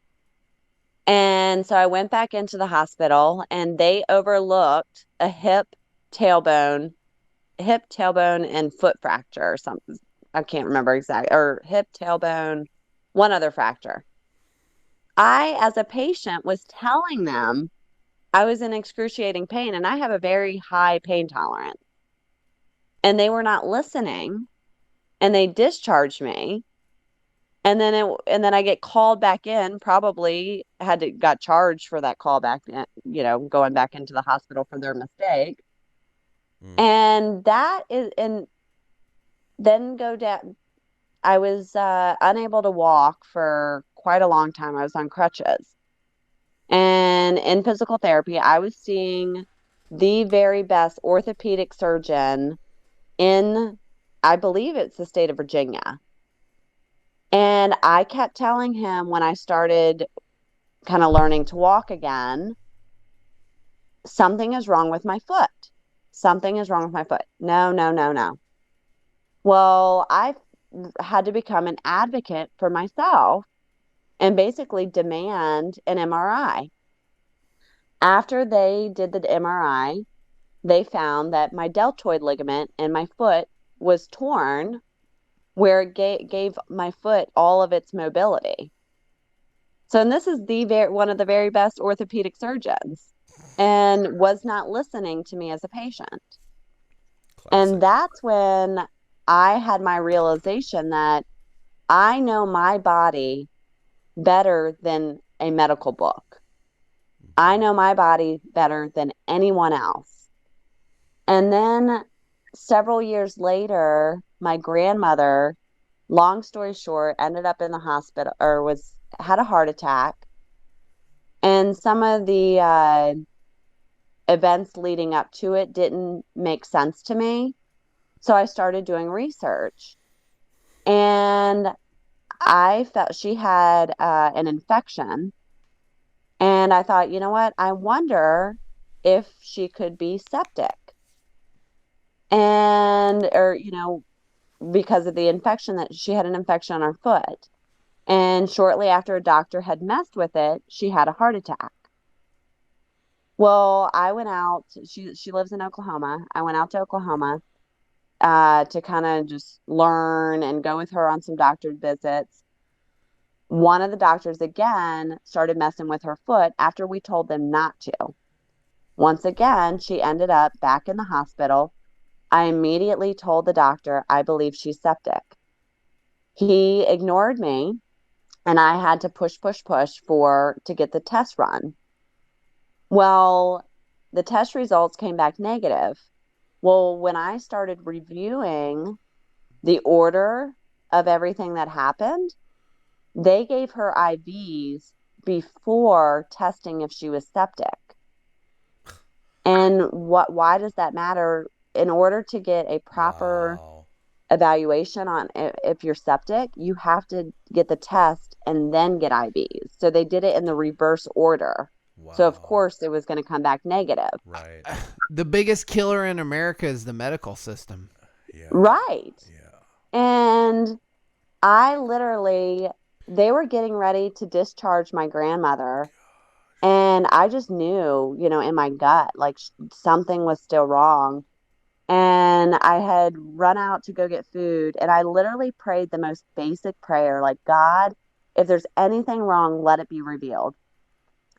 Long story short, she made a total turn for the worse, and they, again, handled it wrong. So then I got patient advocacy involved. I asked for the ombudsman. I had the doctor kicked off her case. I had a new doctor brought in. They flushed her system, retested her, and she was septic. Yeah. And if you know anything about sepsis, it's one of the largest killers. Yeah. And the irony of it all is, while we were there were signs all over the hospital because it was Septic Awareness Month. Oh, the irony. Oh my gosh. And and I know that at the time I was upsetting my grandmother because, again, she comes from a different generation where, You just trust the doctor. yes, God. Yeah. it's a generational difference. And Wow. my grandmother was very upset with me because I was making a scene. But sometimes you have to have disruption in order to get You can't apologize for telling the truth. And I for mean, being accurate right. in your intuition. And Right. and that's where I think people don't realize that people like us who, are speaking out, we're comfortable with the disruption in order to seek and find resolution. To that point, it reminds me. Okay, I have some very controversial, no longer, but I did have controversial bumper stickers on my car, including but not limited to 9/11 was an inside job. And one time I was driving into work, and this conversation reminds me of it. A guy got all road rage on me. Oh yeah. And was kind of pretending to veer into me, like he was gonna run me off the road or something. And I was like, what the fuck are you doing, dude? And he's like, my family's from Hoboken, New Jersey. You got that bumper sticker, 9/11's an inside job. Like, what the fuck? I was like, I care about your family member who was affected by 9/11. I want to find the truth. And it was like he was offended that I would question the official narrative, not knowing that, in fact, I was being the most supportive of finding out the truth about whatever harm his family experienced from that. Why am I a bad guy for wanting to uncover the truth about that event? For your sake. It's and I think even like, why are you the bad guy for asking questions? It's as basic as that. Yeah, that's what I said to him, because we literally rolled What down is windows. wrong with asking a We question? literally rolled down windows, and I was arguing with him at a stoplight, and I was like, dude, don't take my bumper sticker for any kind of disregard or disrespect to your family members who may or may not have died from this. Quite the contrary. It's actually the contrary. I want them to be, honored appropriately based on the historical record, which should show that this was an inside job. And there was premeditated malfeasance. It was a premeditated event that, your family member unfortunately got caught in the middle of. Right. But don't be mad at me. I'm, just a messenger. Right. Well, and if you really take a step back, for those of us who do question everything and we do our research and all of that, you start to see a common theme. And the most common theme that I see that the government and the media proliferate is messages of fear and messages of false hope. Yeah. And it's one or the two. It's a very yin-yang type situation. Right. You think about everything that's going on with this pandemic. I don't want to say words just because I don't know. I don't want to affect you getting kicked off YouTube or anything like that. But I'm just saying. So you think about everything with the pandemic. It's fear-based. And as this pandemic is going on, the reality of the matter is that there's mental health crisis. And we're not talking about that. In Virginia, 5 mental health institutions have been closed since COVID began. Children's hospitals are at peak, mental health facilities are at peak capacities. What are we doing about that? And if our mind is not healthy, how do we operate as a healthy society? And then you Well, instill false hope with, look at the Build Back Better plan. Oh, I mean, it's, the you know, COVID. it's a framework where they're saying, oh, it's $1.75 trillion. Oh, if you're middle class American and below, you're not going to have to pay for it. And when in reality, it's closer to 4 trillion. And basic Yeah. economics will tell you that the money that companies are gonna offset their prices, and it is gonna impact us. I mean, Right. look at what's It happening with will. It already inflation. is. It already is. oh yeah. Well, and Right, that's it also by absolutely already design. is. But meanwhile, I was listening to one. I don't remember the date of it. I actually have a TikTok on it. But Biden is saying to those who choose medical freedom, those who choose not to get a And do vaccination, it through the insurance companies. that his patience is running thin with us. Yeah. Give me a break. And then if you go back and you look at when he met with Putin over the summer, he came back and spoke about our liberties and then went on to say that we are to yield our rights to the government. And so it's like this playbook of trying to manipulate our minds like, oh, yes, maybe we do need to do that. And, if you hear something so many times and there's a mental health crisis and you have a weak mind, Yep. then you're going to just start believing what you're hearing. Yep. Right, like, oh, you really shouldn't have family members over for holidays who haven't worshipped at the altar of Jabbo at least twice.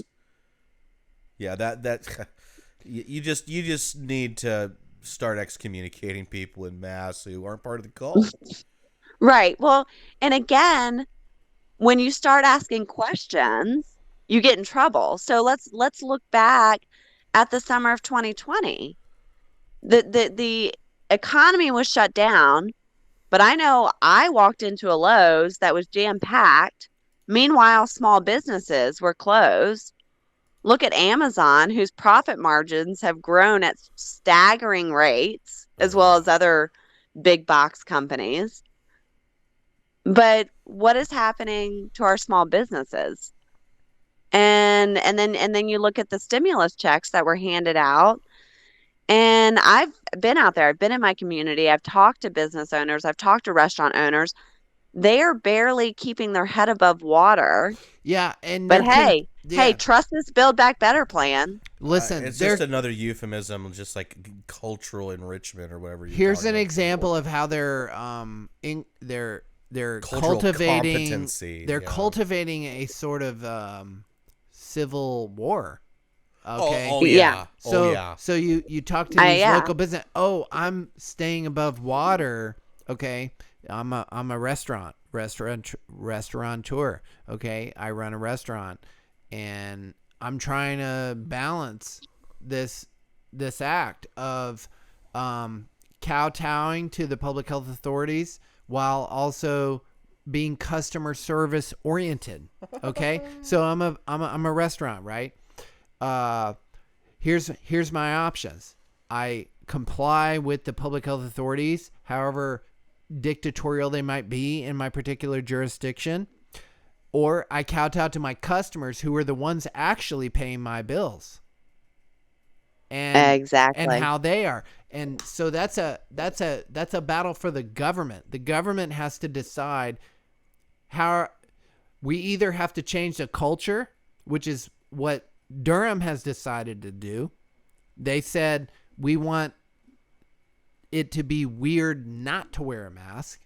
Okay. So that's the culture they want to inculcate. Or we're just going to have a culture of business, and the business gets to decide what it is. And in those cases, more often than not, I mean, depending on the place, I mean, if they're having that kind of rule, it's pretty, liberal. Like, you wear a mask if you want, but if not, I mean, no big fucking deal. but we're seeing the local, the would-be tyrants, they are adopting this sort of Agenda 21 policy. And they're in Durham, at least, even as this mayor is outgoing, look, we're going to enforce a mask mandate. We got to be safe, even though it's been proven ridiculous and not effective. I've read like NIH studies that actually say not to wear a mask. So back to our, just tying back to all the conversations we've had so far, Xavier and I have had this experience with the local authorities where you present legitimate evidence that even they would accept, university studies, Lancet Journal, New England Medical Journal, whatever the case may be, it's peer reviewed, but they make an exception for whatever information you provide. Right. And it's just not applicable to this scenario. It's just a little bit different because it opposes our worldview. That's different. And that's where you have to start asking the question, who is disseminating this information and this narrative? And then that goes to the media. And then when you start asking the question, who owns the media? Well, it's like only like 9 companies. It's pretty much a monopoly. I felt like I had success with the fluoride thing. I got the attention of our local ABC affiliate, and a producer produced a very nice anti-fluoride, I thought, piece. It was seemingly impartial, but it was actually slanted more towards anti-fluoride. And the producer told me, I have never had an issue where I turned around before, but with fluoride, I did. And she got fired. She had to retire, essentially. Wow. Because she started to uncover where we were getting the fluoride. It was coming from some mysterious train shipments from China. And but really? But it's local. Crazy. But it's local. But it's local. But it's local. But it's local. It's cage free. It's organic, because it's Well, from our local fertilizer plant. My favorite, so I was censored. Well, I'm always censored, but I shared a direct article from the University of California. I'd seen it on the Gateway Pundit, and I'd first shared a post on the Gateway Pundit. And basically what it was saying is that this university is working on putting the vaccine stuff like in our spinach. Yeah. Oh yeah. Yeah. Well, because it's all part of the GMO, agenda. I went to the University of California's website and their, the research study that they're working on, and I was censored for it. And again, it's comical. It's like, this is a direct source.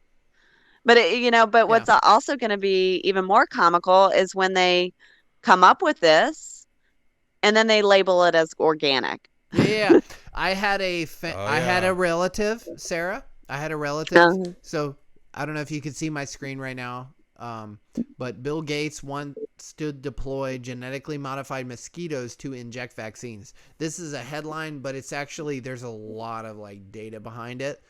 I've actually read not on this, but just on genetically modified mosquitoes. I had a relative say, well, it's his money, it's his money, so why not, right? And I'm like, well, how would you like it if I told you I just paid for this robot, horsefly to come and bite you and inject you with a genetic therapy that would change your DNA? You'd be cool with that? Because it's my money. Because it's my money. That makes no fucking sense. But Sarah, I appreciate all your time. It's been 2.5, I think. I'm really shocked, and I'm surprised I'm still 2 hours. It's been 2 hours since we started live streaming. Normally I'm in bed by now. I need to take a bio break. Do you want to depart us tonight? And Yeah, I think I'm gonna jump off. But Okay. thank you guys for having me. I enjoyed it. It was fun. Our pleasure.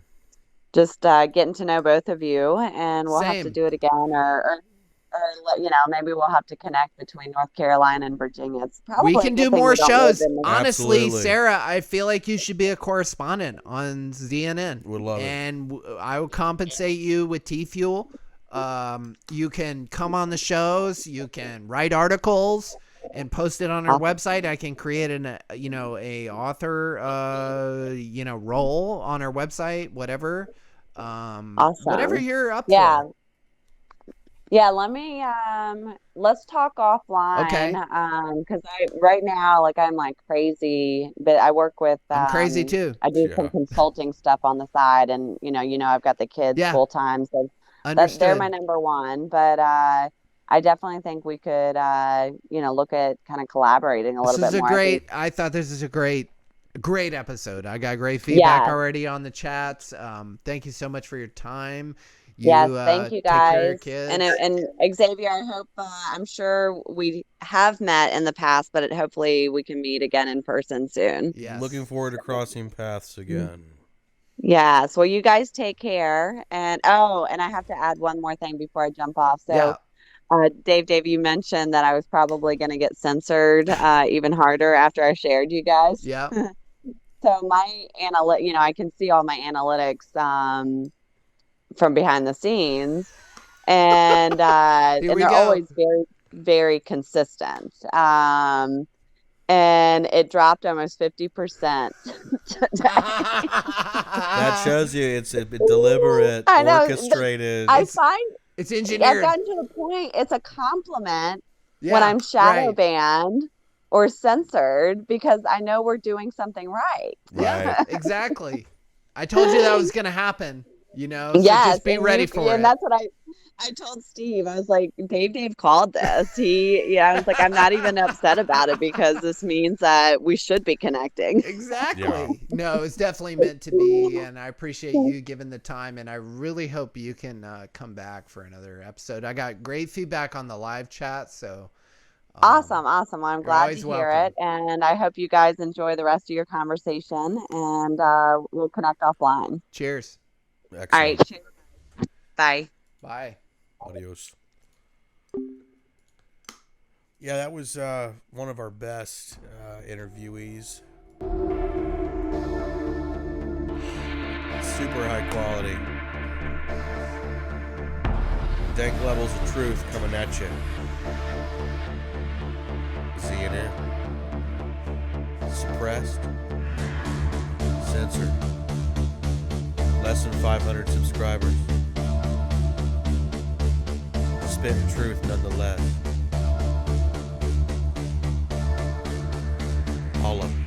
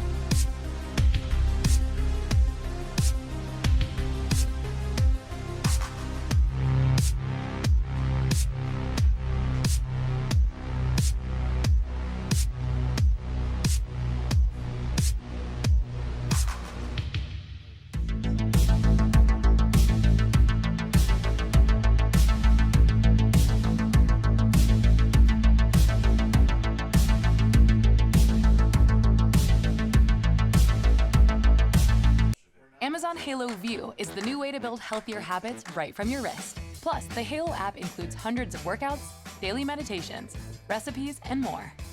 Halo, one membership, more ways to help you feel your best. More and more people are looking to companies to respond when a crisis or a disaster happens, and for good reason. In times of crisis, companies are uniquely positioned to help. They have the resources, the employees, and the relationships that can be a driving force for help when the time comes. But even the most purpose-driven companies can be caught off guard when these crucial moments arrive. There can be pressure from leadership to act quickly and protect the company's reputation, and pressure from employees and customers to make a meaningful, positive impact. The question is, will your company be ready to respond when it's needed most? With Benevity, the answer is a resounding yes. Our corporate purpose solutions give you all the tools you need to respond to disasters and humanitarian crisis, providing both immediate relief and support for long-term recovery. We provide you with the resources to mobilize your employees, customers, and partners so you can direct your giving, volunteering, and granting programs where they are needed most, from local communities to around the world. Benevity has over 2 million vetted nonprofits in our global database and the cross-border capabilities to ensure that your donations arrive where they're needed, quickly and safely. People expect brands to take action. 78% of people expect businesses to protect employees and local communities. 44% of customers will use a new brand because of a compassionate disaster response, and 40% will advocate against companies whose response was not appropriate.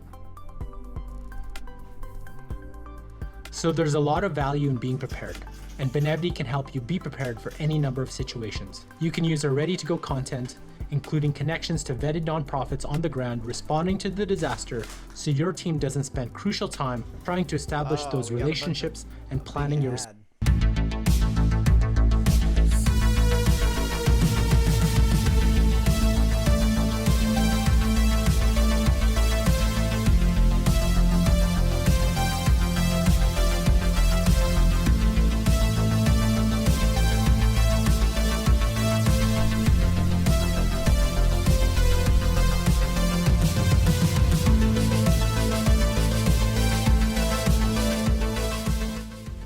And we're back.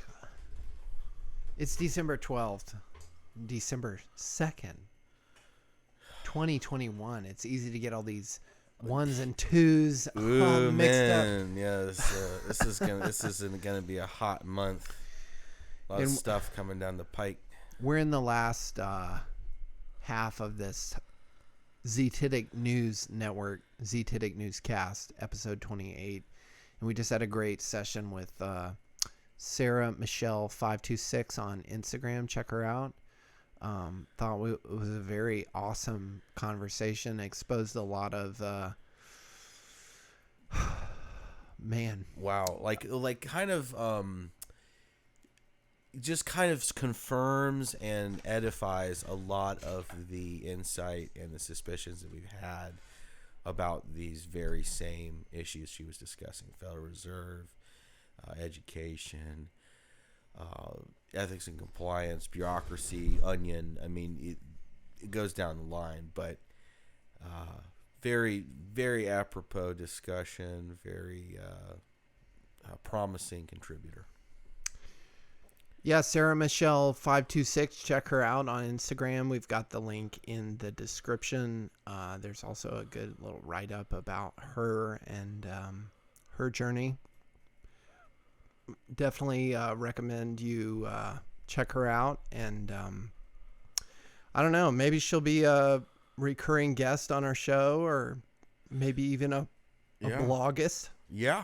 I mean, we welcome all guests that have been on our show to become contributors, article writers, what have you. And I'm also really looking forward to, you touched on this early on, the whole Zetetic Storytime expansion. I think that's really important, especially in light of all the discussion around the runaway school boards and the neo-aristocratic psychosis that has infected a lot of these bureaucratic personnel. and how they just kind of run roughshod over the people who actually pay their salaries, thinking they're entitled to condescend and belittle and besmirch and disparage legitimate concerns. And that is par for the course when it comes to renegade bureaucracies and the scum of the earth that they attract. And I was thinking about this earlier. You know, one of the main reasons why everything is FUBAR is that people with the most power are the scum of the earth. And the people who have the least amount of power, who are the ones who really should be in charge, are the salt of the earth. And that it's the difference between rulers and leaders. And the people who are in charge, they want to, make up the rules as they go and capriciously, arbitrarily, tyrannically impose it at their whim and whimsy. Whereas salt of the earth people, they just instinctually know what needs to be done. And leadership is basically in a complete vacuum in this nation. There's a vacuum of leadership to a great extent. Because people look to the political system. People look to the apparatus of parties and establishment politics and this sort of binary duopoly over possible solutions. And that's a primer. It's literally like a bundle of kindling to set off a brush fire of divide and conquer, getting people at each other's throats, completely distracted from the people who have assembled the kindling in the first place, procured the gasoline and the matches, and are actively lighting it on fire. Instead, people reach into the fire, grab out these pieces of wood, and start flinging them at each other instead of, proverbially going after the arsons. And, it's kind of a matter of so is making a difference going to these board meetings? It's a start. Is it going to be the end solution? No, it's an awareness campaign. But ultimately, we have it's a crisis of consciousness. It's a crisis of consciousness, and the parallel society dilemma is rapidly approaching, if not already here. So, there's those who think that as long as I follow the arbitrary, capricious, tyrannical rules, things will normalize. And then there's those who realize that is basically a recipe for disaster. And we're trying to warn those people who think that that's the solution to reconsider and reevaluate their conviction that such a state of future normalcy is going to ever be desirable under this arbitrary, capricious set of rulemaking. And, people usually, because of the fluoride, because of the mass chemicalization, lobotomization, stupefaction paradigm, are just like deer in the headlights. They're, wait, what do you mean? Like, are you suggesting we do something that I can't imagine? It's like, well, it may become a necessity after a while. And after a whole long generation of prophesying bad things to come, we're going to need a generation of heroes if we have a possible future of existence. So we're the heroes we've been waiting for is kind of one of the underlying messages of ZNN.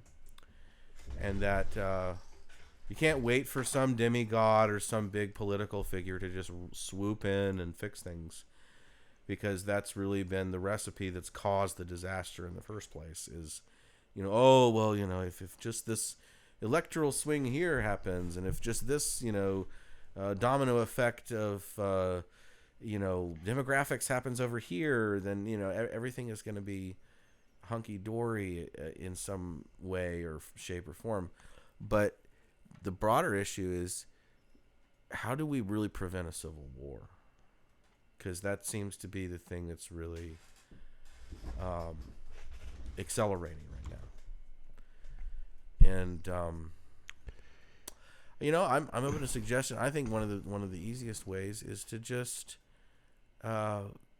dispassionately expose, perhaps in a mocking way, the obsequiousness of the people who think that future normalization is going to be the result of present compliance. And maybe some gentle coaxing and prodding, and maybe a little bit of sarcasm. Well, you've experienced some personal strife as a result of the COVID putsch. Yeah. More than me. Could you go into more detail about that? Well, I mean, I've talked about it in the last episode where, basically because of the establishment media bombardment and inundation of fear programming and false hope peddling, like what Sarah was saying before. If the vaccine, when the vaccine comes out, things can go back to normal. Yeah, which has now been proven a lie. And that the goalposts will move indefinitely, forever, towards the pit of hell. The more people just say, okay, all right, once now that the goalpost has moved over here, let's try and kick the ball into that, and let's try to accomplish that goal. Okay, we missed. Let's just keep going towards the edge of the cliff, and eventually, we're gonna kick ourselves down the cliff. A race to zero. It's the race to the bottom. So hopefully there's even despite the IQ reduction program and campaigns we've been talking about, despite all of the inimical erasure of history and the censorship of free flow of ideas and true critical dialectics into current affairs, despite all that, there may still be enough of a instinctual shred of common sense to detect the increasingly obvious character of the clown world. And I'm not talking about a circus clown. I'm talking about It from Stephen King. Okay? That kind of clown world. Yeah. That's the kind of clown world that we're in. It's not cutesy pootsy. It's like John Wayne Gacy clown, or It from Stephen King clown. Lovecraft clown. Okay. Not good. Bad. So to say the least. But ultimately, people have to kind of use the medicine of clown world against the clown world itself. And becoming a Chad within clown world is kind of the new goal of the parallel society, is being able to intuit and detect all of the malarkey ahead of time and predict the narrative changes, which we have. We already called it out months ahead of time that new variants were just going to be used as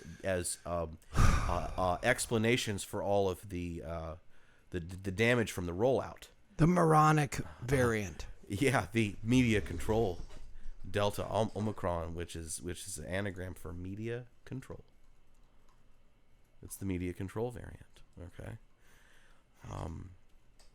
So, being a Scrabble buff pays off, guys. If you really look into this, is that really a coincidence? I mean, come on. That the past two variants of concern are literal side-by-side anagrams for media control. What kind of coincidence is that? It's not. It's a hidden in plain view, word magic, spellcast magic, all the stuff that we've brought up in previous episodes. It's right there in your face. It is revelation of the method, hidden in plain view, open conspiracy, H.G. Wells, Fabian Society, brainwashing, PR. And it literally is embedded within every single vestige of every single establishment, actor, agency, and affiliate. That in a way they have taken the mask off. Like we know that it's not a circus clown now. We know it's a demon clown. Like they've made it known now. And they're hoping that through shock and awe they can basically subdue people for long enough so that they can render huge parts of the labor base completely obsolete through sabotage and the rollout of this AI, Terminator bot fiasco, essentially. So for me, it's like it's pretty transparent at this point that humans are being made obsolete. Like the idea behind a lot of these governing bodies is to basically exponentiate the learned helplessness paradigm amongst all future generations to where we literally are these coddled meat sacks that don't have any purpose or meaning and have been dumbed down into the need to basically just get rid of us because there's just too many, quote unquote, to use Henry Kissinger's infamous phrase, useless eaters. That's a self-fulfilling prophecy. That's how they plan to heal the world. That's what the good for the planet means, is rendering humanity into such an abominable, decrepit state that we're worthy of mass extermination. We're worthy of mass scapegoat ritual sacrifice, and that is for the betterment of the world. Because who wants a bunch of, completely helpless, totally AI robot state dependent meat sacks? Isn't it interesting all the athletes who are just like collapsing on the field? Oh, but those health events aren't worth covering in the media. oh, Instead, it's who gets vaccinated and who doesn't. oh, And who, yeah. who tested positive versus who had a myocarditis event. It's interesting. I mean, at the end of the day, celebrities are supposed to be gods, right? I mean, the sports athletes and the people who are getting paid absurd amounts of money to run around and chase after balls, we can't give them any attention except to worship them, except to give them essentially infinite praise and watch the gladiatorial arena continuously.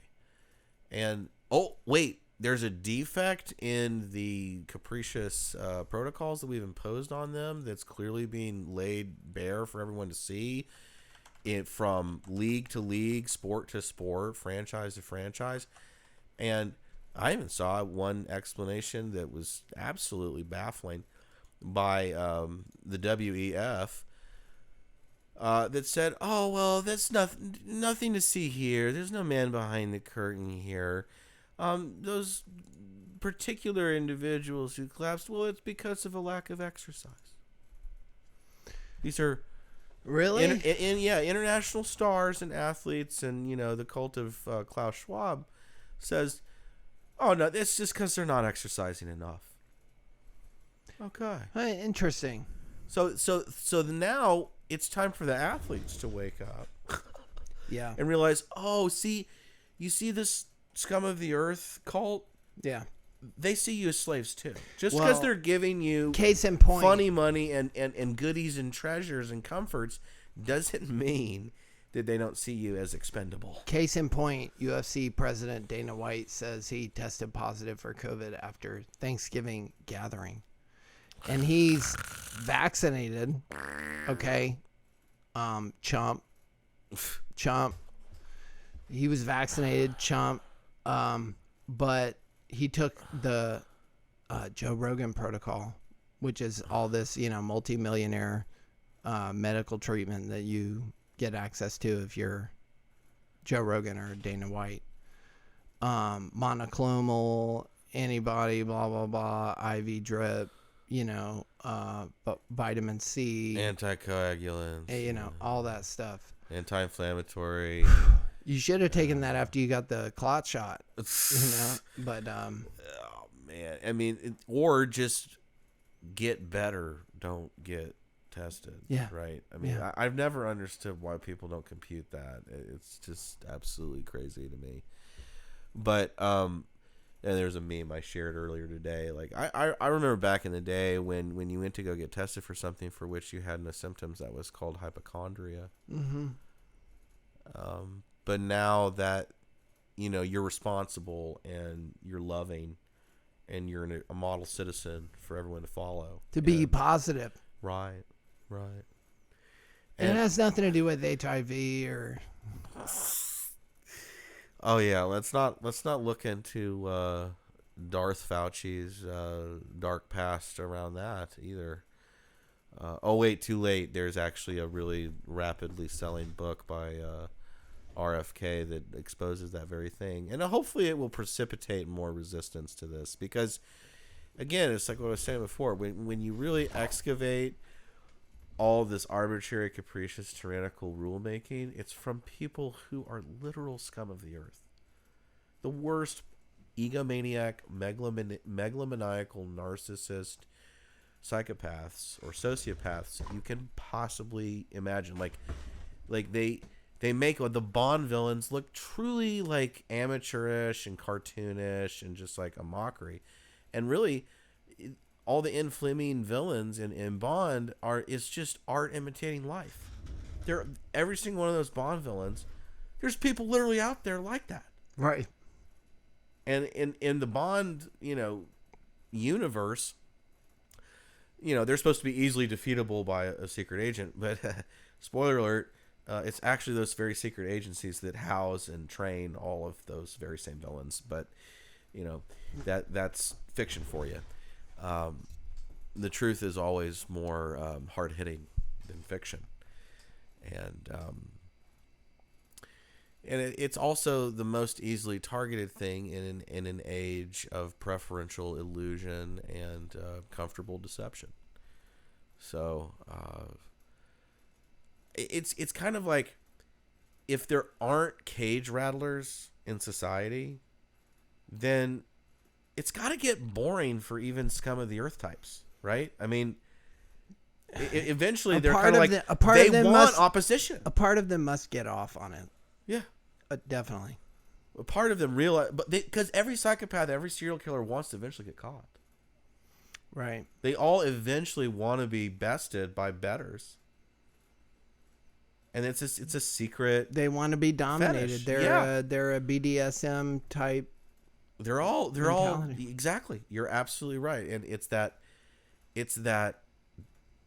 just depraved, degenerate fetishism, that scuzz submission mentality that really is at the perverse core of a lot of these circles of power. Yeah. And I mentioned this before. I was actually listening to the episode 21, I think, which was the Spellcast one, which I really encourage people who come across our channel. Like, we have actually a lot of content, even though we don't post that much. We now have close to over 80 hours worth of content. Yeah, easily.